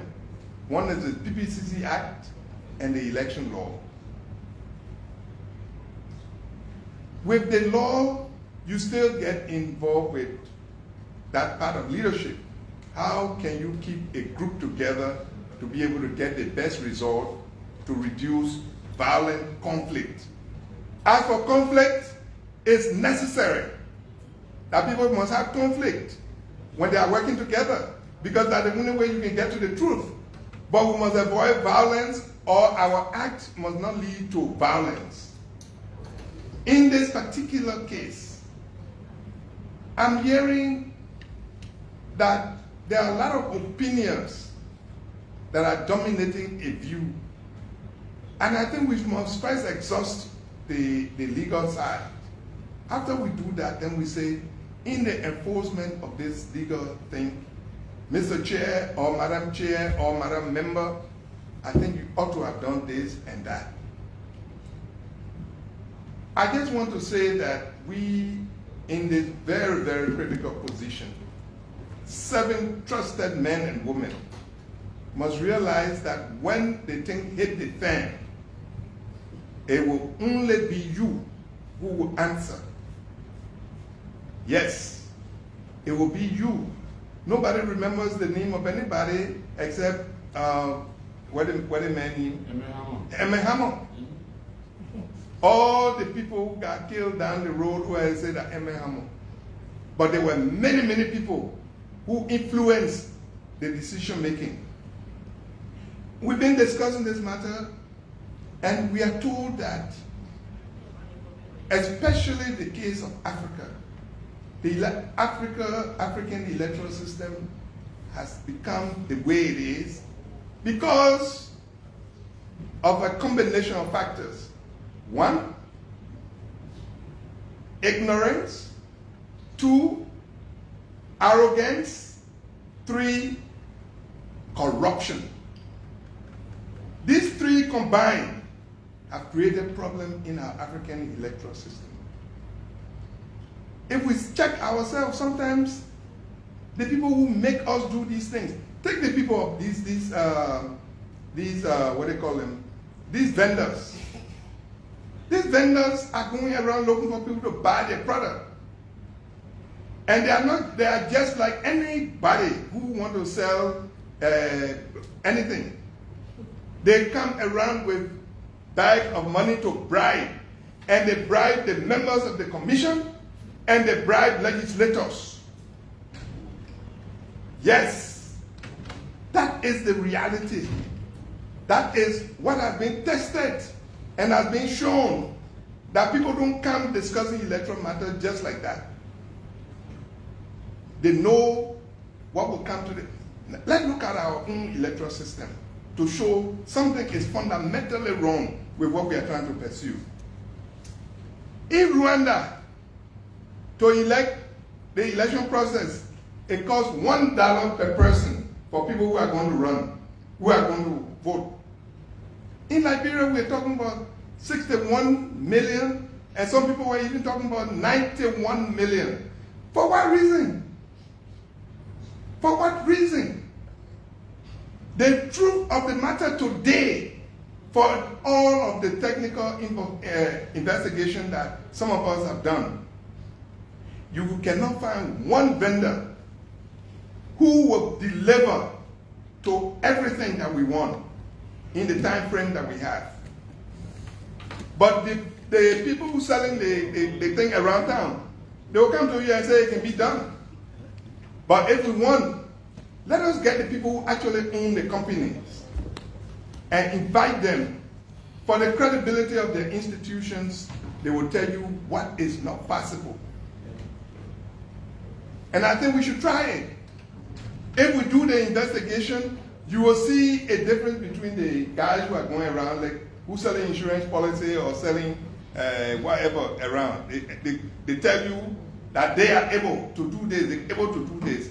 We are getting ourselves in a situation where we haven't collected enough information, and we will create confusion among ourselves. We'll be fighting among ourselves, and I bet we who are going for election will find out there will be no election. And one of our colleagues said, we will have a constitutional crisis. We call you so that we can sit together and find how we can avoid that constitutional crisis. That's the most important challenge we have. Irrespective of what anybody among you or among us think they will benefit from any kind of deal. What deal? Haven't we seen what deals have done to some of us? Nobody keeps a deal money. You die with it, or you go to jail for 50 years or more. So this is my plea. And I really think a couple of things we could do. The interest we should have, first, that whether we're going according to the law. And if we're going according to the law, do we have these vendors? Is there any vendor who is able to deliver? All of us should be interested in that investigation. Let us get the owner of these vending companies, not the sellers around town who come into our offices and telling us what they will do. I think if we do that, if we do these two things, then we'll come back to the table with us and say what is truly not possible. And what can we do in the interim to be able to hold this election? I'm saying to you, and I will close on this, and Senator Snow made that point, and I want to join him and the other colleagues who have spoken, that we are cultivating a situation of serious violation of our Constitution, a constitutional crisis that could become violent. Because we'll try to patch things and cheating get into the picture, and somebody will not take the cheating, and then they decide somebody else will do it. The other thing, of course, is that as we make palaver among ourselves, I'm afraid somebody else will take a decision on our behalf, and all of us will be losers. That's all I have to say as an old man among you all. Thank you. The gentleman for Cape Town, you are just coming. Can you introduce yourself? Do you have any comments? Well, I'm Senator Taylor from Grand Cape Town County. I head in the Senate Committee on Mines. Heading the Senate Committee on Mines, and I just want to listen because I'm just coming in. So Go ahead.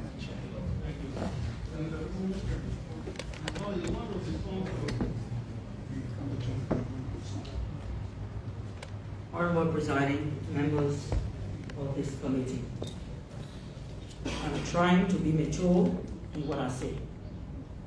But what has been said by my colleagues, I think I need to answer. And my answer would be within the commission. That's how I envision it. When I left from here and went to the ECOWAS meeting, I was in contact with the co-chair for some of the things that she wanted me to know. Those she didn't want me to know, I did not get to know. One of which was the bid panel's report, because the board has instructed the bid panel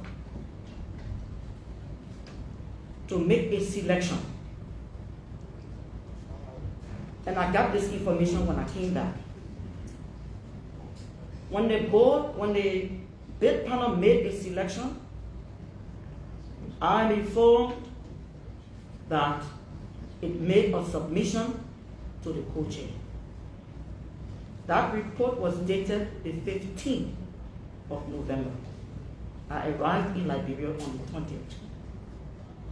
One would surmise that given the tightness in time and the fact that a decision from the panel was already taken, that submission would have been made to the to the PPCC. This was not the case. When I came, of course, as head of the institution, you resume your duties. And then I called a procurement committee meeting. And I posed the question whether, in fact, the bid panel had made a decision. Then I sent for the bid panel. And that's when I got to know that the bid panel had made a decision for Laxton, for the procurement committee to review. It was my understanding that the initial report submitted to the co-chair was not sent to the PPCC because the bid panel had chosen Laxton. It is also my understanding that some members of the panel were coerced in choosing Waymark. When they did not choose Waymark, according to the likes of the co-chair and including Commissioner Sale, who had contact with the bid panel, that's the information I received. The co-chair decided to institute another panel.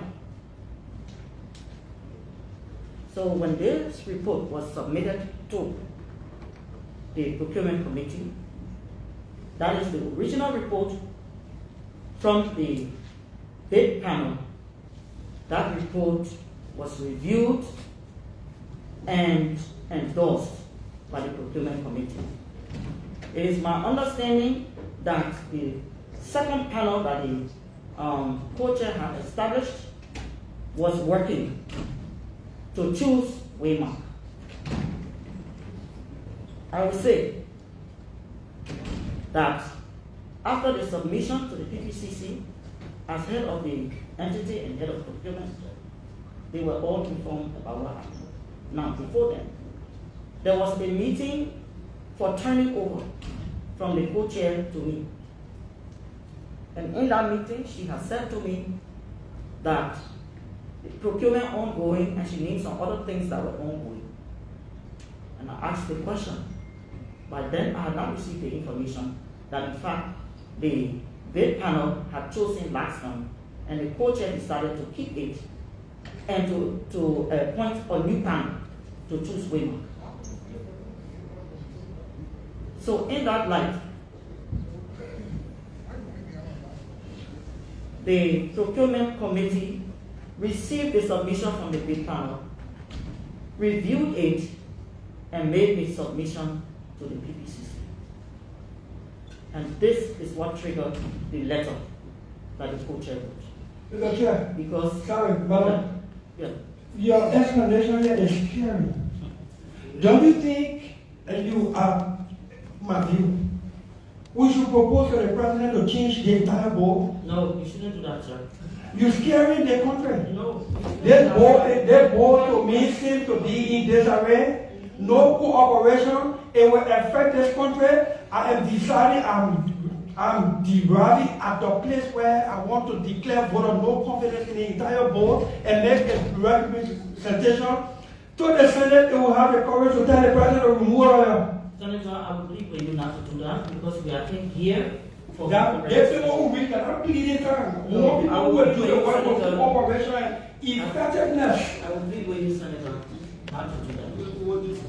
So, meeting that we either have amongst ourselves. Mr. Chair. Mr. Chair. What? You listen to what the law said and to buttress him. Scary. The chair is accusing a co-chair who she left in charge, one of the commissioners, of tampering of a procurement process. There's a problem. This is grave allegation. But equally so, the chair did not tell us that when she returned to the country, did she take charge of the situation from her co-chair? I did. So you left somebody in charge. You traveled. The process is going on. And you came back, even if there was a belief that the co-chair is trying to tamper with the document to prefer another company. What was the turning over note? The turning over note, sir, was a list of things that she had done and for which I asked her, is there any other thing that I need to know? And she said to me that there's nothing else you need to know, that everything is ongoing. And then later on I found out the information. So we processed last time because the report from last time was in her possession for almost 5 days. She had not sent it, but instead decided to create another panel. For me, it's not a good thing coming in this wild state to discuss some of the things that have happened in the commission. But I'm saying that everyone is looking at the chairperson of the Elections Commission because I don't go around to explain to anybody things that are happening in the commission that are affecting the commission in a way that it has degenerated. I would say finally, sir, that I'm convinced that all of the members here are capable to complete the elections process, the voter registration process. Yes, there are some internal disagreements. These, to me, can be handled. And we have already started to talk about it. I initiated a meeting with Commissioner Sayer, Commissioner Mallard, and the co-chair to understand what were the issues. And they explained to me what were the issues. Some of which we said here, but some of them I cannot repeat here. And the reason why I will not repeat it, because I'm doing that to protect them. I am not protected. They have said anything they wanted to say. But I will not repeat some of what they have told me. But I will say to you, I assured them that we will work together. I assured them, I assured all of the commissioners here that we will work together. What they want, they get some. Some has to be by procedure and in law. Thank you so much. And let me appeal to this panel, to this committee, that a motion is made. Now that I have the floor, that I make a motion, so that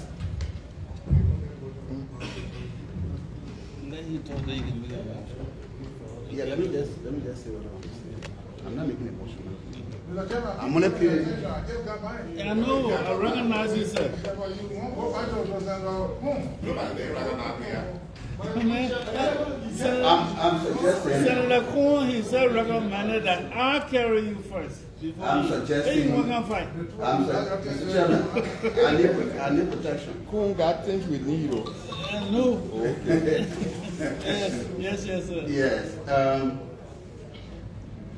The level to which we are with this conversation reminds me of a suggestion made from the onset of this meeting that a camera type of discussion would have been so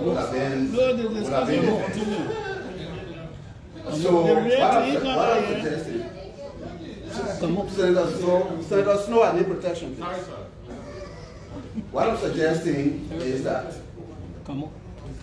this discussion cannot end today. Yeah, make it brief. That's what we had decided. The discussion cannot end today, and let a motion be made that our witnesses remain on our own and be called back here at a date that will designate. This time a camera. So what cannot be said in this opening can be said to us. At least that will inform our decision to plenary as to what direction we can take on this matter. But I think on that will be reviewed to us if we were in camera. Thank you. Thank you. Honorable TJ. How many times you were Are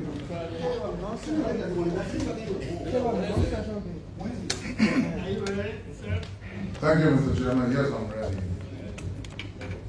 Mr. Chairman, I want to thank the chairperson and all the commissioners that are here. And I want the record to establish, I guess, going back a little bit, except for the chair lady, all of these individuals were confirmed by my committee under my leadership. Out of the 7, 6 were confirmed under my leadership. So I want to know how. Honorable Chairman, I voted against that on the record. Please go ahead. Yeah. And Mr. Chairman, Senator Carmen of Blackwood raised an important issue regarding the biometrics. And in what she presented, my attention was caught on the far away areas where you want to do biometric registration that don't have access to telephone connectivity. So if you were to go in those areas, please, can I look at the commission, please? Thank you. So if you were to go into those areas where there is no telephone connectivity, that from the very beginning undermines how you're going to capture those people. Because you don't have any telephone connectivity. The only way you can reduce it and store it and come and read to do that in a situation. Well, Mr. Chairman, there's a serious problem at the Election Commission. Major problem.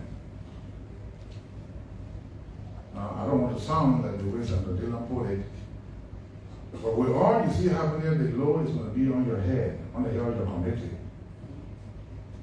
If we have to go into 2023 with what you have here, you can expect chaos in this country.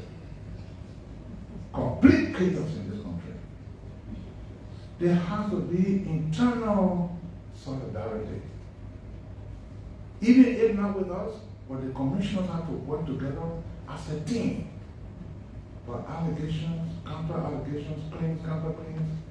I am very, very worried because I was here. I was here in the 80s when a commissioner who was chairman of the one woman was chairman of the election commission, he could not withstand the pressure and the man dropped dead. In Liberia? In this Liberia. The man could not withstand the pressure.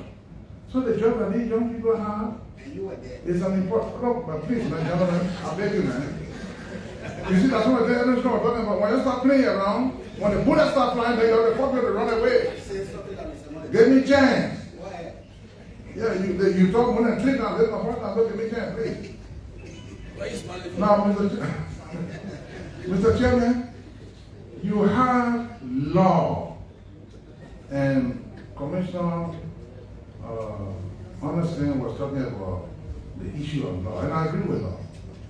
But then you have internal mechanisms that are employed to keep stability in the entity. So the issue of law is a general statement. The law says we get people over there. You can look around. If you can see anybody, maybe then you run away. But in the commission, it is important for cohesiveness to be seen. The co-chair is on record saying that cohesiveness is absent. Commissioner Josephine is on record saying that cohesiveness is not there. Commissioner Senior is on record saying that togetherness is not there. And if it's not there, how do they coordinate to tell me that I've lost, that I've accepted what they say, or that I won, and other people in opportunity to be accept? It is only or that if the commissioners can try to change the results of a bid panel or a vetting committee, then means people can change election results. This is great. We're hearing that, and for the chair to say that a co-chair and another member, I'm trying to change the result. Now, maybe, who knows? Maybe that company would have also been a better company, but because of the problem within the board, the chair will say, well, the company is better, but because you two people wanted to, I agree. It's serious. I'm sorry, I don't use one to change it. Sorry. Please, let's finish it because we really want to come back. Listen, we get finished today. Mr. Chairman? Yes.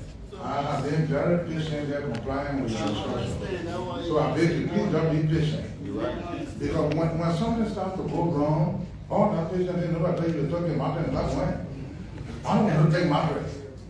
And these commissioners, they're trying their best, but what I am seeing does not indicate to me that we can go into 2023 with that kind of situation. Either there will be a deliberate effort for you as our father to resolve this internal wrangling, or as Senator Dillon said, we just have to come and pass a vote of no confidence, and then get ourselves a new team of commissioners. Secondly, we can't go like this. You read the newspaper, now Senator Wizard, you're talking about the law. You see?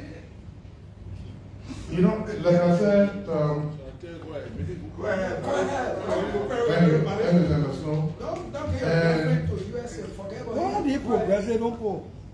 Yeah, no, the progressives from all from different camps. He's from Moja, and I'm from Enro Park. The Moja people were interested in the intelligence and the few. We were in the trenches with the ordinary people. Oh, yeah, they meditate. Exactly. Yeah. So, Madam Chair, this is not to threaten you. It's not to threaten the commission. But it's to bring to your attention the severity of the necessity to have internal, peaceful arrangements so that you and your commissioners will work together so that in the final analysis, we all benefit. But the way you're proceeding is scaring everybody. And that's why you see some of us talking the way we are talking. And the other day you were on record, your first public service job, I was the one who championed it. And you always remember that. If I did it then I don't see why I can't do it now. But there has to be clarity that you are able to manage that place, bringing everyone on board. And then, Chair, it doesn't take anything from you. It takes nothing from you. Consult your colleagues. Bring them on board. When they have issues, listen to them. But if you rumble rise, then they're going to have problems. So, Mr. Chairman, I will stop this. TH, you're distracting the Chairman's attention from what I'm saying. I'm hearing you. Thank you very much. So I will stop this far. Thank you. Thank you, Mr. Chairman. Madam Chair, one question, and then I'll say what I want to say. And my question will be, you talk about the first bid panel being set up before you left, and when you came back, you had like being changed, and there was another bid panel working, but you took the first bid panel report and presented to PPCC. Who set up first the panel up? Again, according to the PPCC Act, the chairperson of the Elections Commission is head of entity and head of the procurement. Okay, so and meaning by that, the head appoints a big panel. As so well meaning as, the committee you appointed. yes, You appointed a committee already before you left. and that committee have been working. Before reclusing yourself. The committee have been working. Yeah, the reason why I'm asking the question, I'm a bit confused. I'm listening here, somebody said, you said you didn't want to be involved. You recused yourself. And so you left. But then while you were there, the co-chair was telling you some things she wanted you to know and some things she didn't want you to know. But then when you came back, there was a committee report already. That's why I'm interested in who set that committee. If you set that committee before you left, then the committee should be talking to you. The committee appointed by the chairperson of the Elections Commission have been working for almost 4 months on this process. When the board decided, after receiving the letter from the PPCC that the commission should select, the board members decided that initially they wanted to do the selection. And I cautioned them that board members should not be selecting vendors. Hold on, Okay, I'm so, sir. Let me just do the last part. After which, the board members decided that instead now they would allow the panel that was appointed under my leadership to do the selection. The panel did a selection and presented that report to the co-chair. That's what I'm saying. Okay, Madam Chair, what's the case is, if you set up a panel 4 months ago and they've been working, in the middle you can recuse yourself. It means you set the panel. No. So if you are leaving the country, maybe you need a co-chair acting, the panel will report, and you come back there. But to say you recuse, but what's the case? Let me say this. Can I explain why I recuse myself? Let me just say something small. Madam, let us support on the TSA. You are the head of the commission. The whole country watching. All these people are to support you to succeed. There will be disagreement. 2-3 person in the room, husband well, they will earn the money the Friday night, in the evening and 50. I'm talking about people who come from different backgrounds. They will always have confusion in the room. But your ability to bring these people together is what makes you the leader in any position. And I think you started already. Now listening to you saying there was some issue, but because you respect your colleagues, you don't want to say certain things here. That's the way to go. I think take it back and call your colleagues to meeting.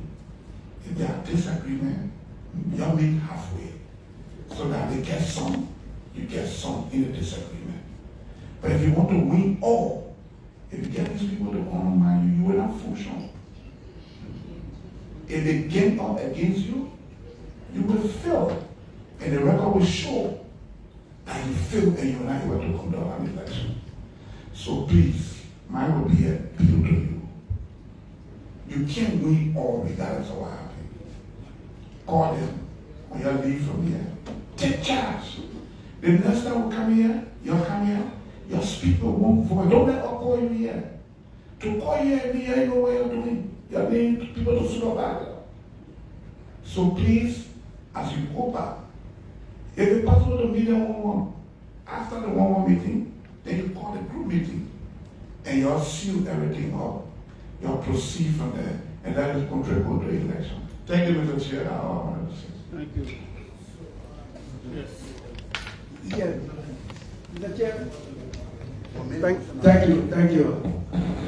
I think I agree with most members of this committee that we should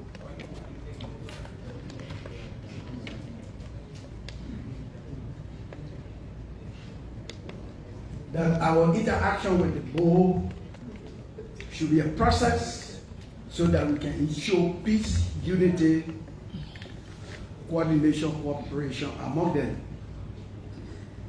So I want to make a motion. But before the motion, I want to ask this question. Luckily for us, we have lawyers. We have lawyers. Can you protect me, please? Yeah, I'm not making motion. Please protect me. Yeah. Say you have lawyers among you. Here, we make laws, and those laws are amended or repealed. And the practicality of the law can lead to either they should be repealed or amended. May I ask, those of you who are lawyers, and even people that are not lawyers but are being at the commission with experience, the law says that the head of the procurement committee should be the entity head. And it is that head that they will make the report to, who is the head of the committee, and the report goes to the head. And then the law also indicates that commissioners that will be held liable if this election, for instance, runs into problem. When we are being chased out, they themselves will be chased out, excluded from a major decision that is to conduct a parliamentary process. Is it really legally? What would be your advice to us as the lawmakers as to the practicality of that law or the expediency of that law? Whether people that will be affected, that will be considered the people that are responsible for the decision should be involved in the procurement process, or the head to whom the result or the report of the procurement committee will go should still be the head. What is your advice to us? Can they bring that to the next meeting? Okay. No, that's... No, they are suggesting. They are suggesting that they can. Thank you. One quick concern to the board. One quick concern. The latest process contracted enumerators for 2 weeks. And from my understanding as a senator, the entire process for 2 weeks for enumerators, the government will have to find about $5 million. When legends grew up, and we have to extend the process by additional 2 weeks, the additional $5 million. And when this legislature extended up to January 15, that plenty $5 million was putting on the head of this country and not taking that into consideration. When it's time for the enumerators to start demanding their extended days money, maybe they will come by a resolution. I'm not saying it to free myself. I'm saying it to ask this question. You have taken a decision, the board, the commission, to postpone or shift voter registration dates. Any additional cost attached to that, and at whose expense?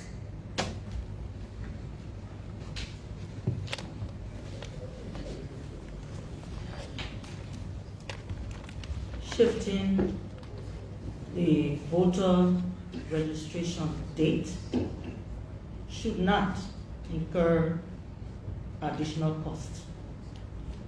And I say this to say that the date for voter registration, once announced, then the major activities, you roll them out. That's how you are spending the money that the government has given. So it's not going to have any real impact. The likelihood that if, for instance, we were opening all of the centers then we probably would say that it will incur additional costs. But as of now, that's not the case. We have said we'll go regional. In other words, we have region 1, region 2, we do the voter registration, we can manage now. And if there will be any future I'm saying because if it's possible, from the reports that we will get from the field of the assessment of the voting centers, if we are to increase any of them, because again it comes back to some of the boundary issues and what have you. If we are to increase, then it means we'll have to come back to ask for additional funds. What will inform the increase in the population? The population. Oh, from the census? Yes, sir. That's what I said. The population from, yeah. Okay. That's why I asked the relation between the census and yeah, and the distances. But I think we are. Yeah, but we're going to come back. Before the motion, we'll come back. I'm interested in us solving the problem and knowing the problem all the time. And the best way I believe that we can solve this problem is to talk beyond camera. Yeah, so that's my major interest because Well, Mr. Chair, again,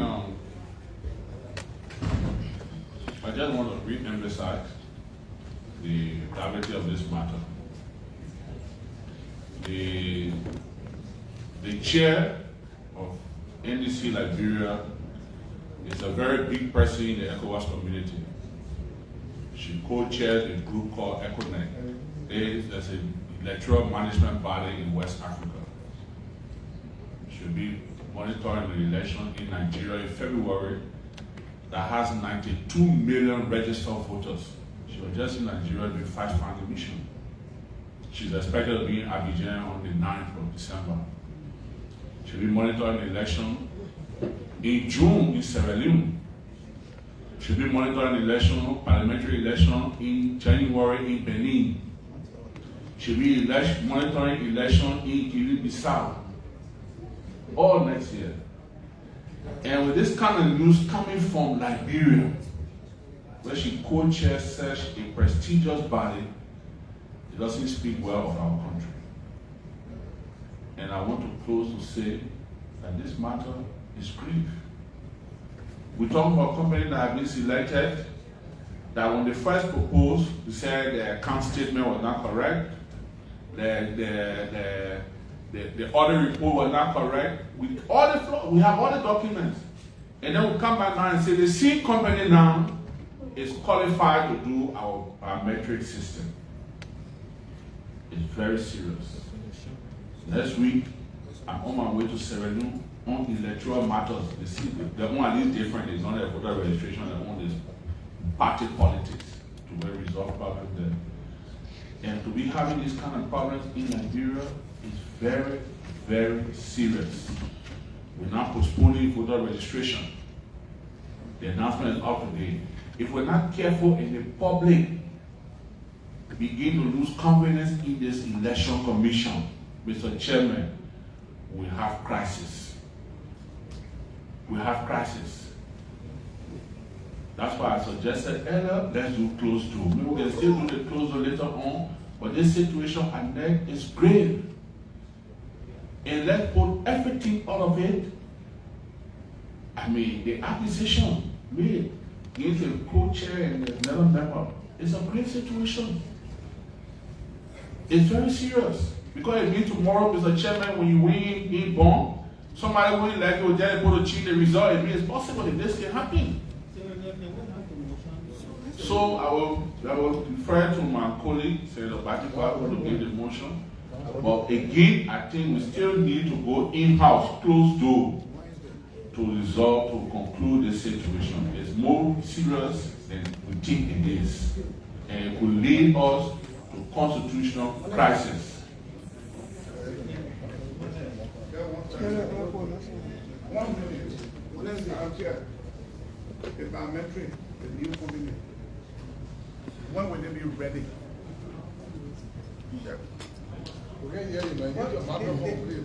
I'm asking about mentoring the new company. When will they be ready to start work? I get the projected out in there. Yeah, come here. I want to say something. Yeah, I need your question. Yes. Sir? Yes, sir. Right now, there are discussions ongoing to bring that information to you. So my understanding is that they need 3-4 months to prepare their system. No. Okay, so good. Yeah. So assuming the biometric fail, it means it can't work. There are possibilities that technology, assuming it fail, it never fall back. You always have a plan B, sir. Thank you. Always. Thank you. Okay. Okay, thank you. Having thoroughly interacted with the commission and looking at the sensitivity of the issue, police, I would move that this hearing be postponed, suspended, and considering that we were closed on Thursday, I would recommend that the hearing commence or reconvene on Thursday afternoon at 3 after section.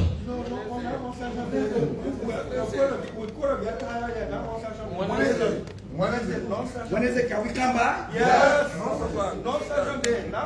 Wednesday, we come back on Wednesday at 11 o'clock, and all members of the board, just as fully as you are attended here, you appear before this committee, and when you are coming, we will want you to bring all of your documented interactions with PPCC, your board meetings, all records that will inform the division of this body, and the hearing will be a closed door hearing. If You heard the motion? Okay. All those in favor? Yes, sir. Thank you, Bilal. We all talking about the seriousness of this election. People need time to go on. And we've been on this thing all day.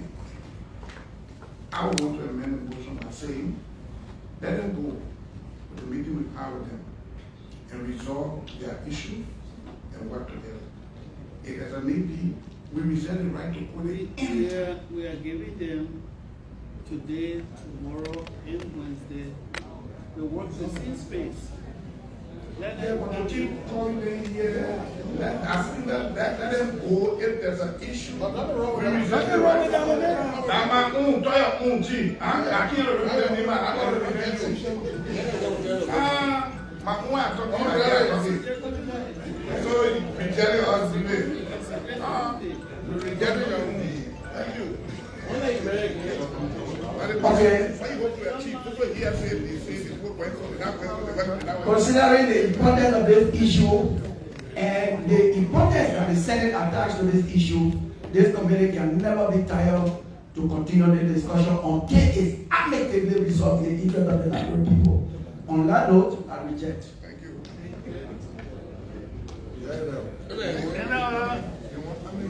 No, President,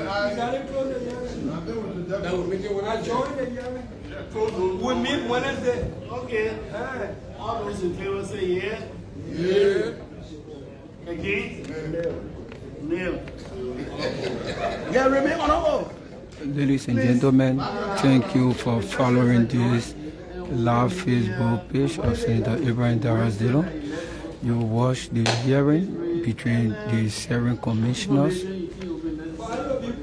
regarding as it relates to what is unfolding at the National Election Commission. You listened to commissioners. They express their disenchantment regards to the head of the commissioners. And today was a public hearing on the Committee on Autonomous Agency.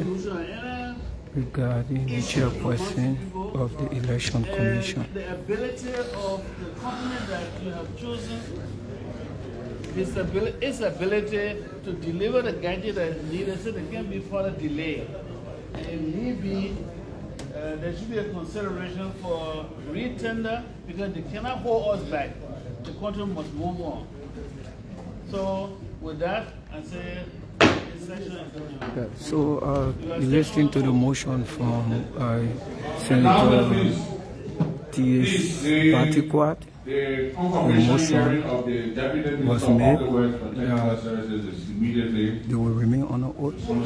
And on Wednesday, the hearing will continue. What will be done in closed door. So listening to all of this conversation, like Senator Liberian did not get Honorable Edwin Snow. He said that if care is not taken as it relates to why it's unfolding at the Election Commission, he foresee constitutional crisis. Thanks for following this identical live, and I remain Emmanuel Farr. I always behind the camera. Thanks very much.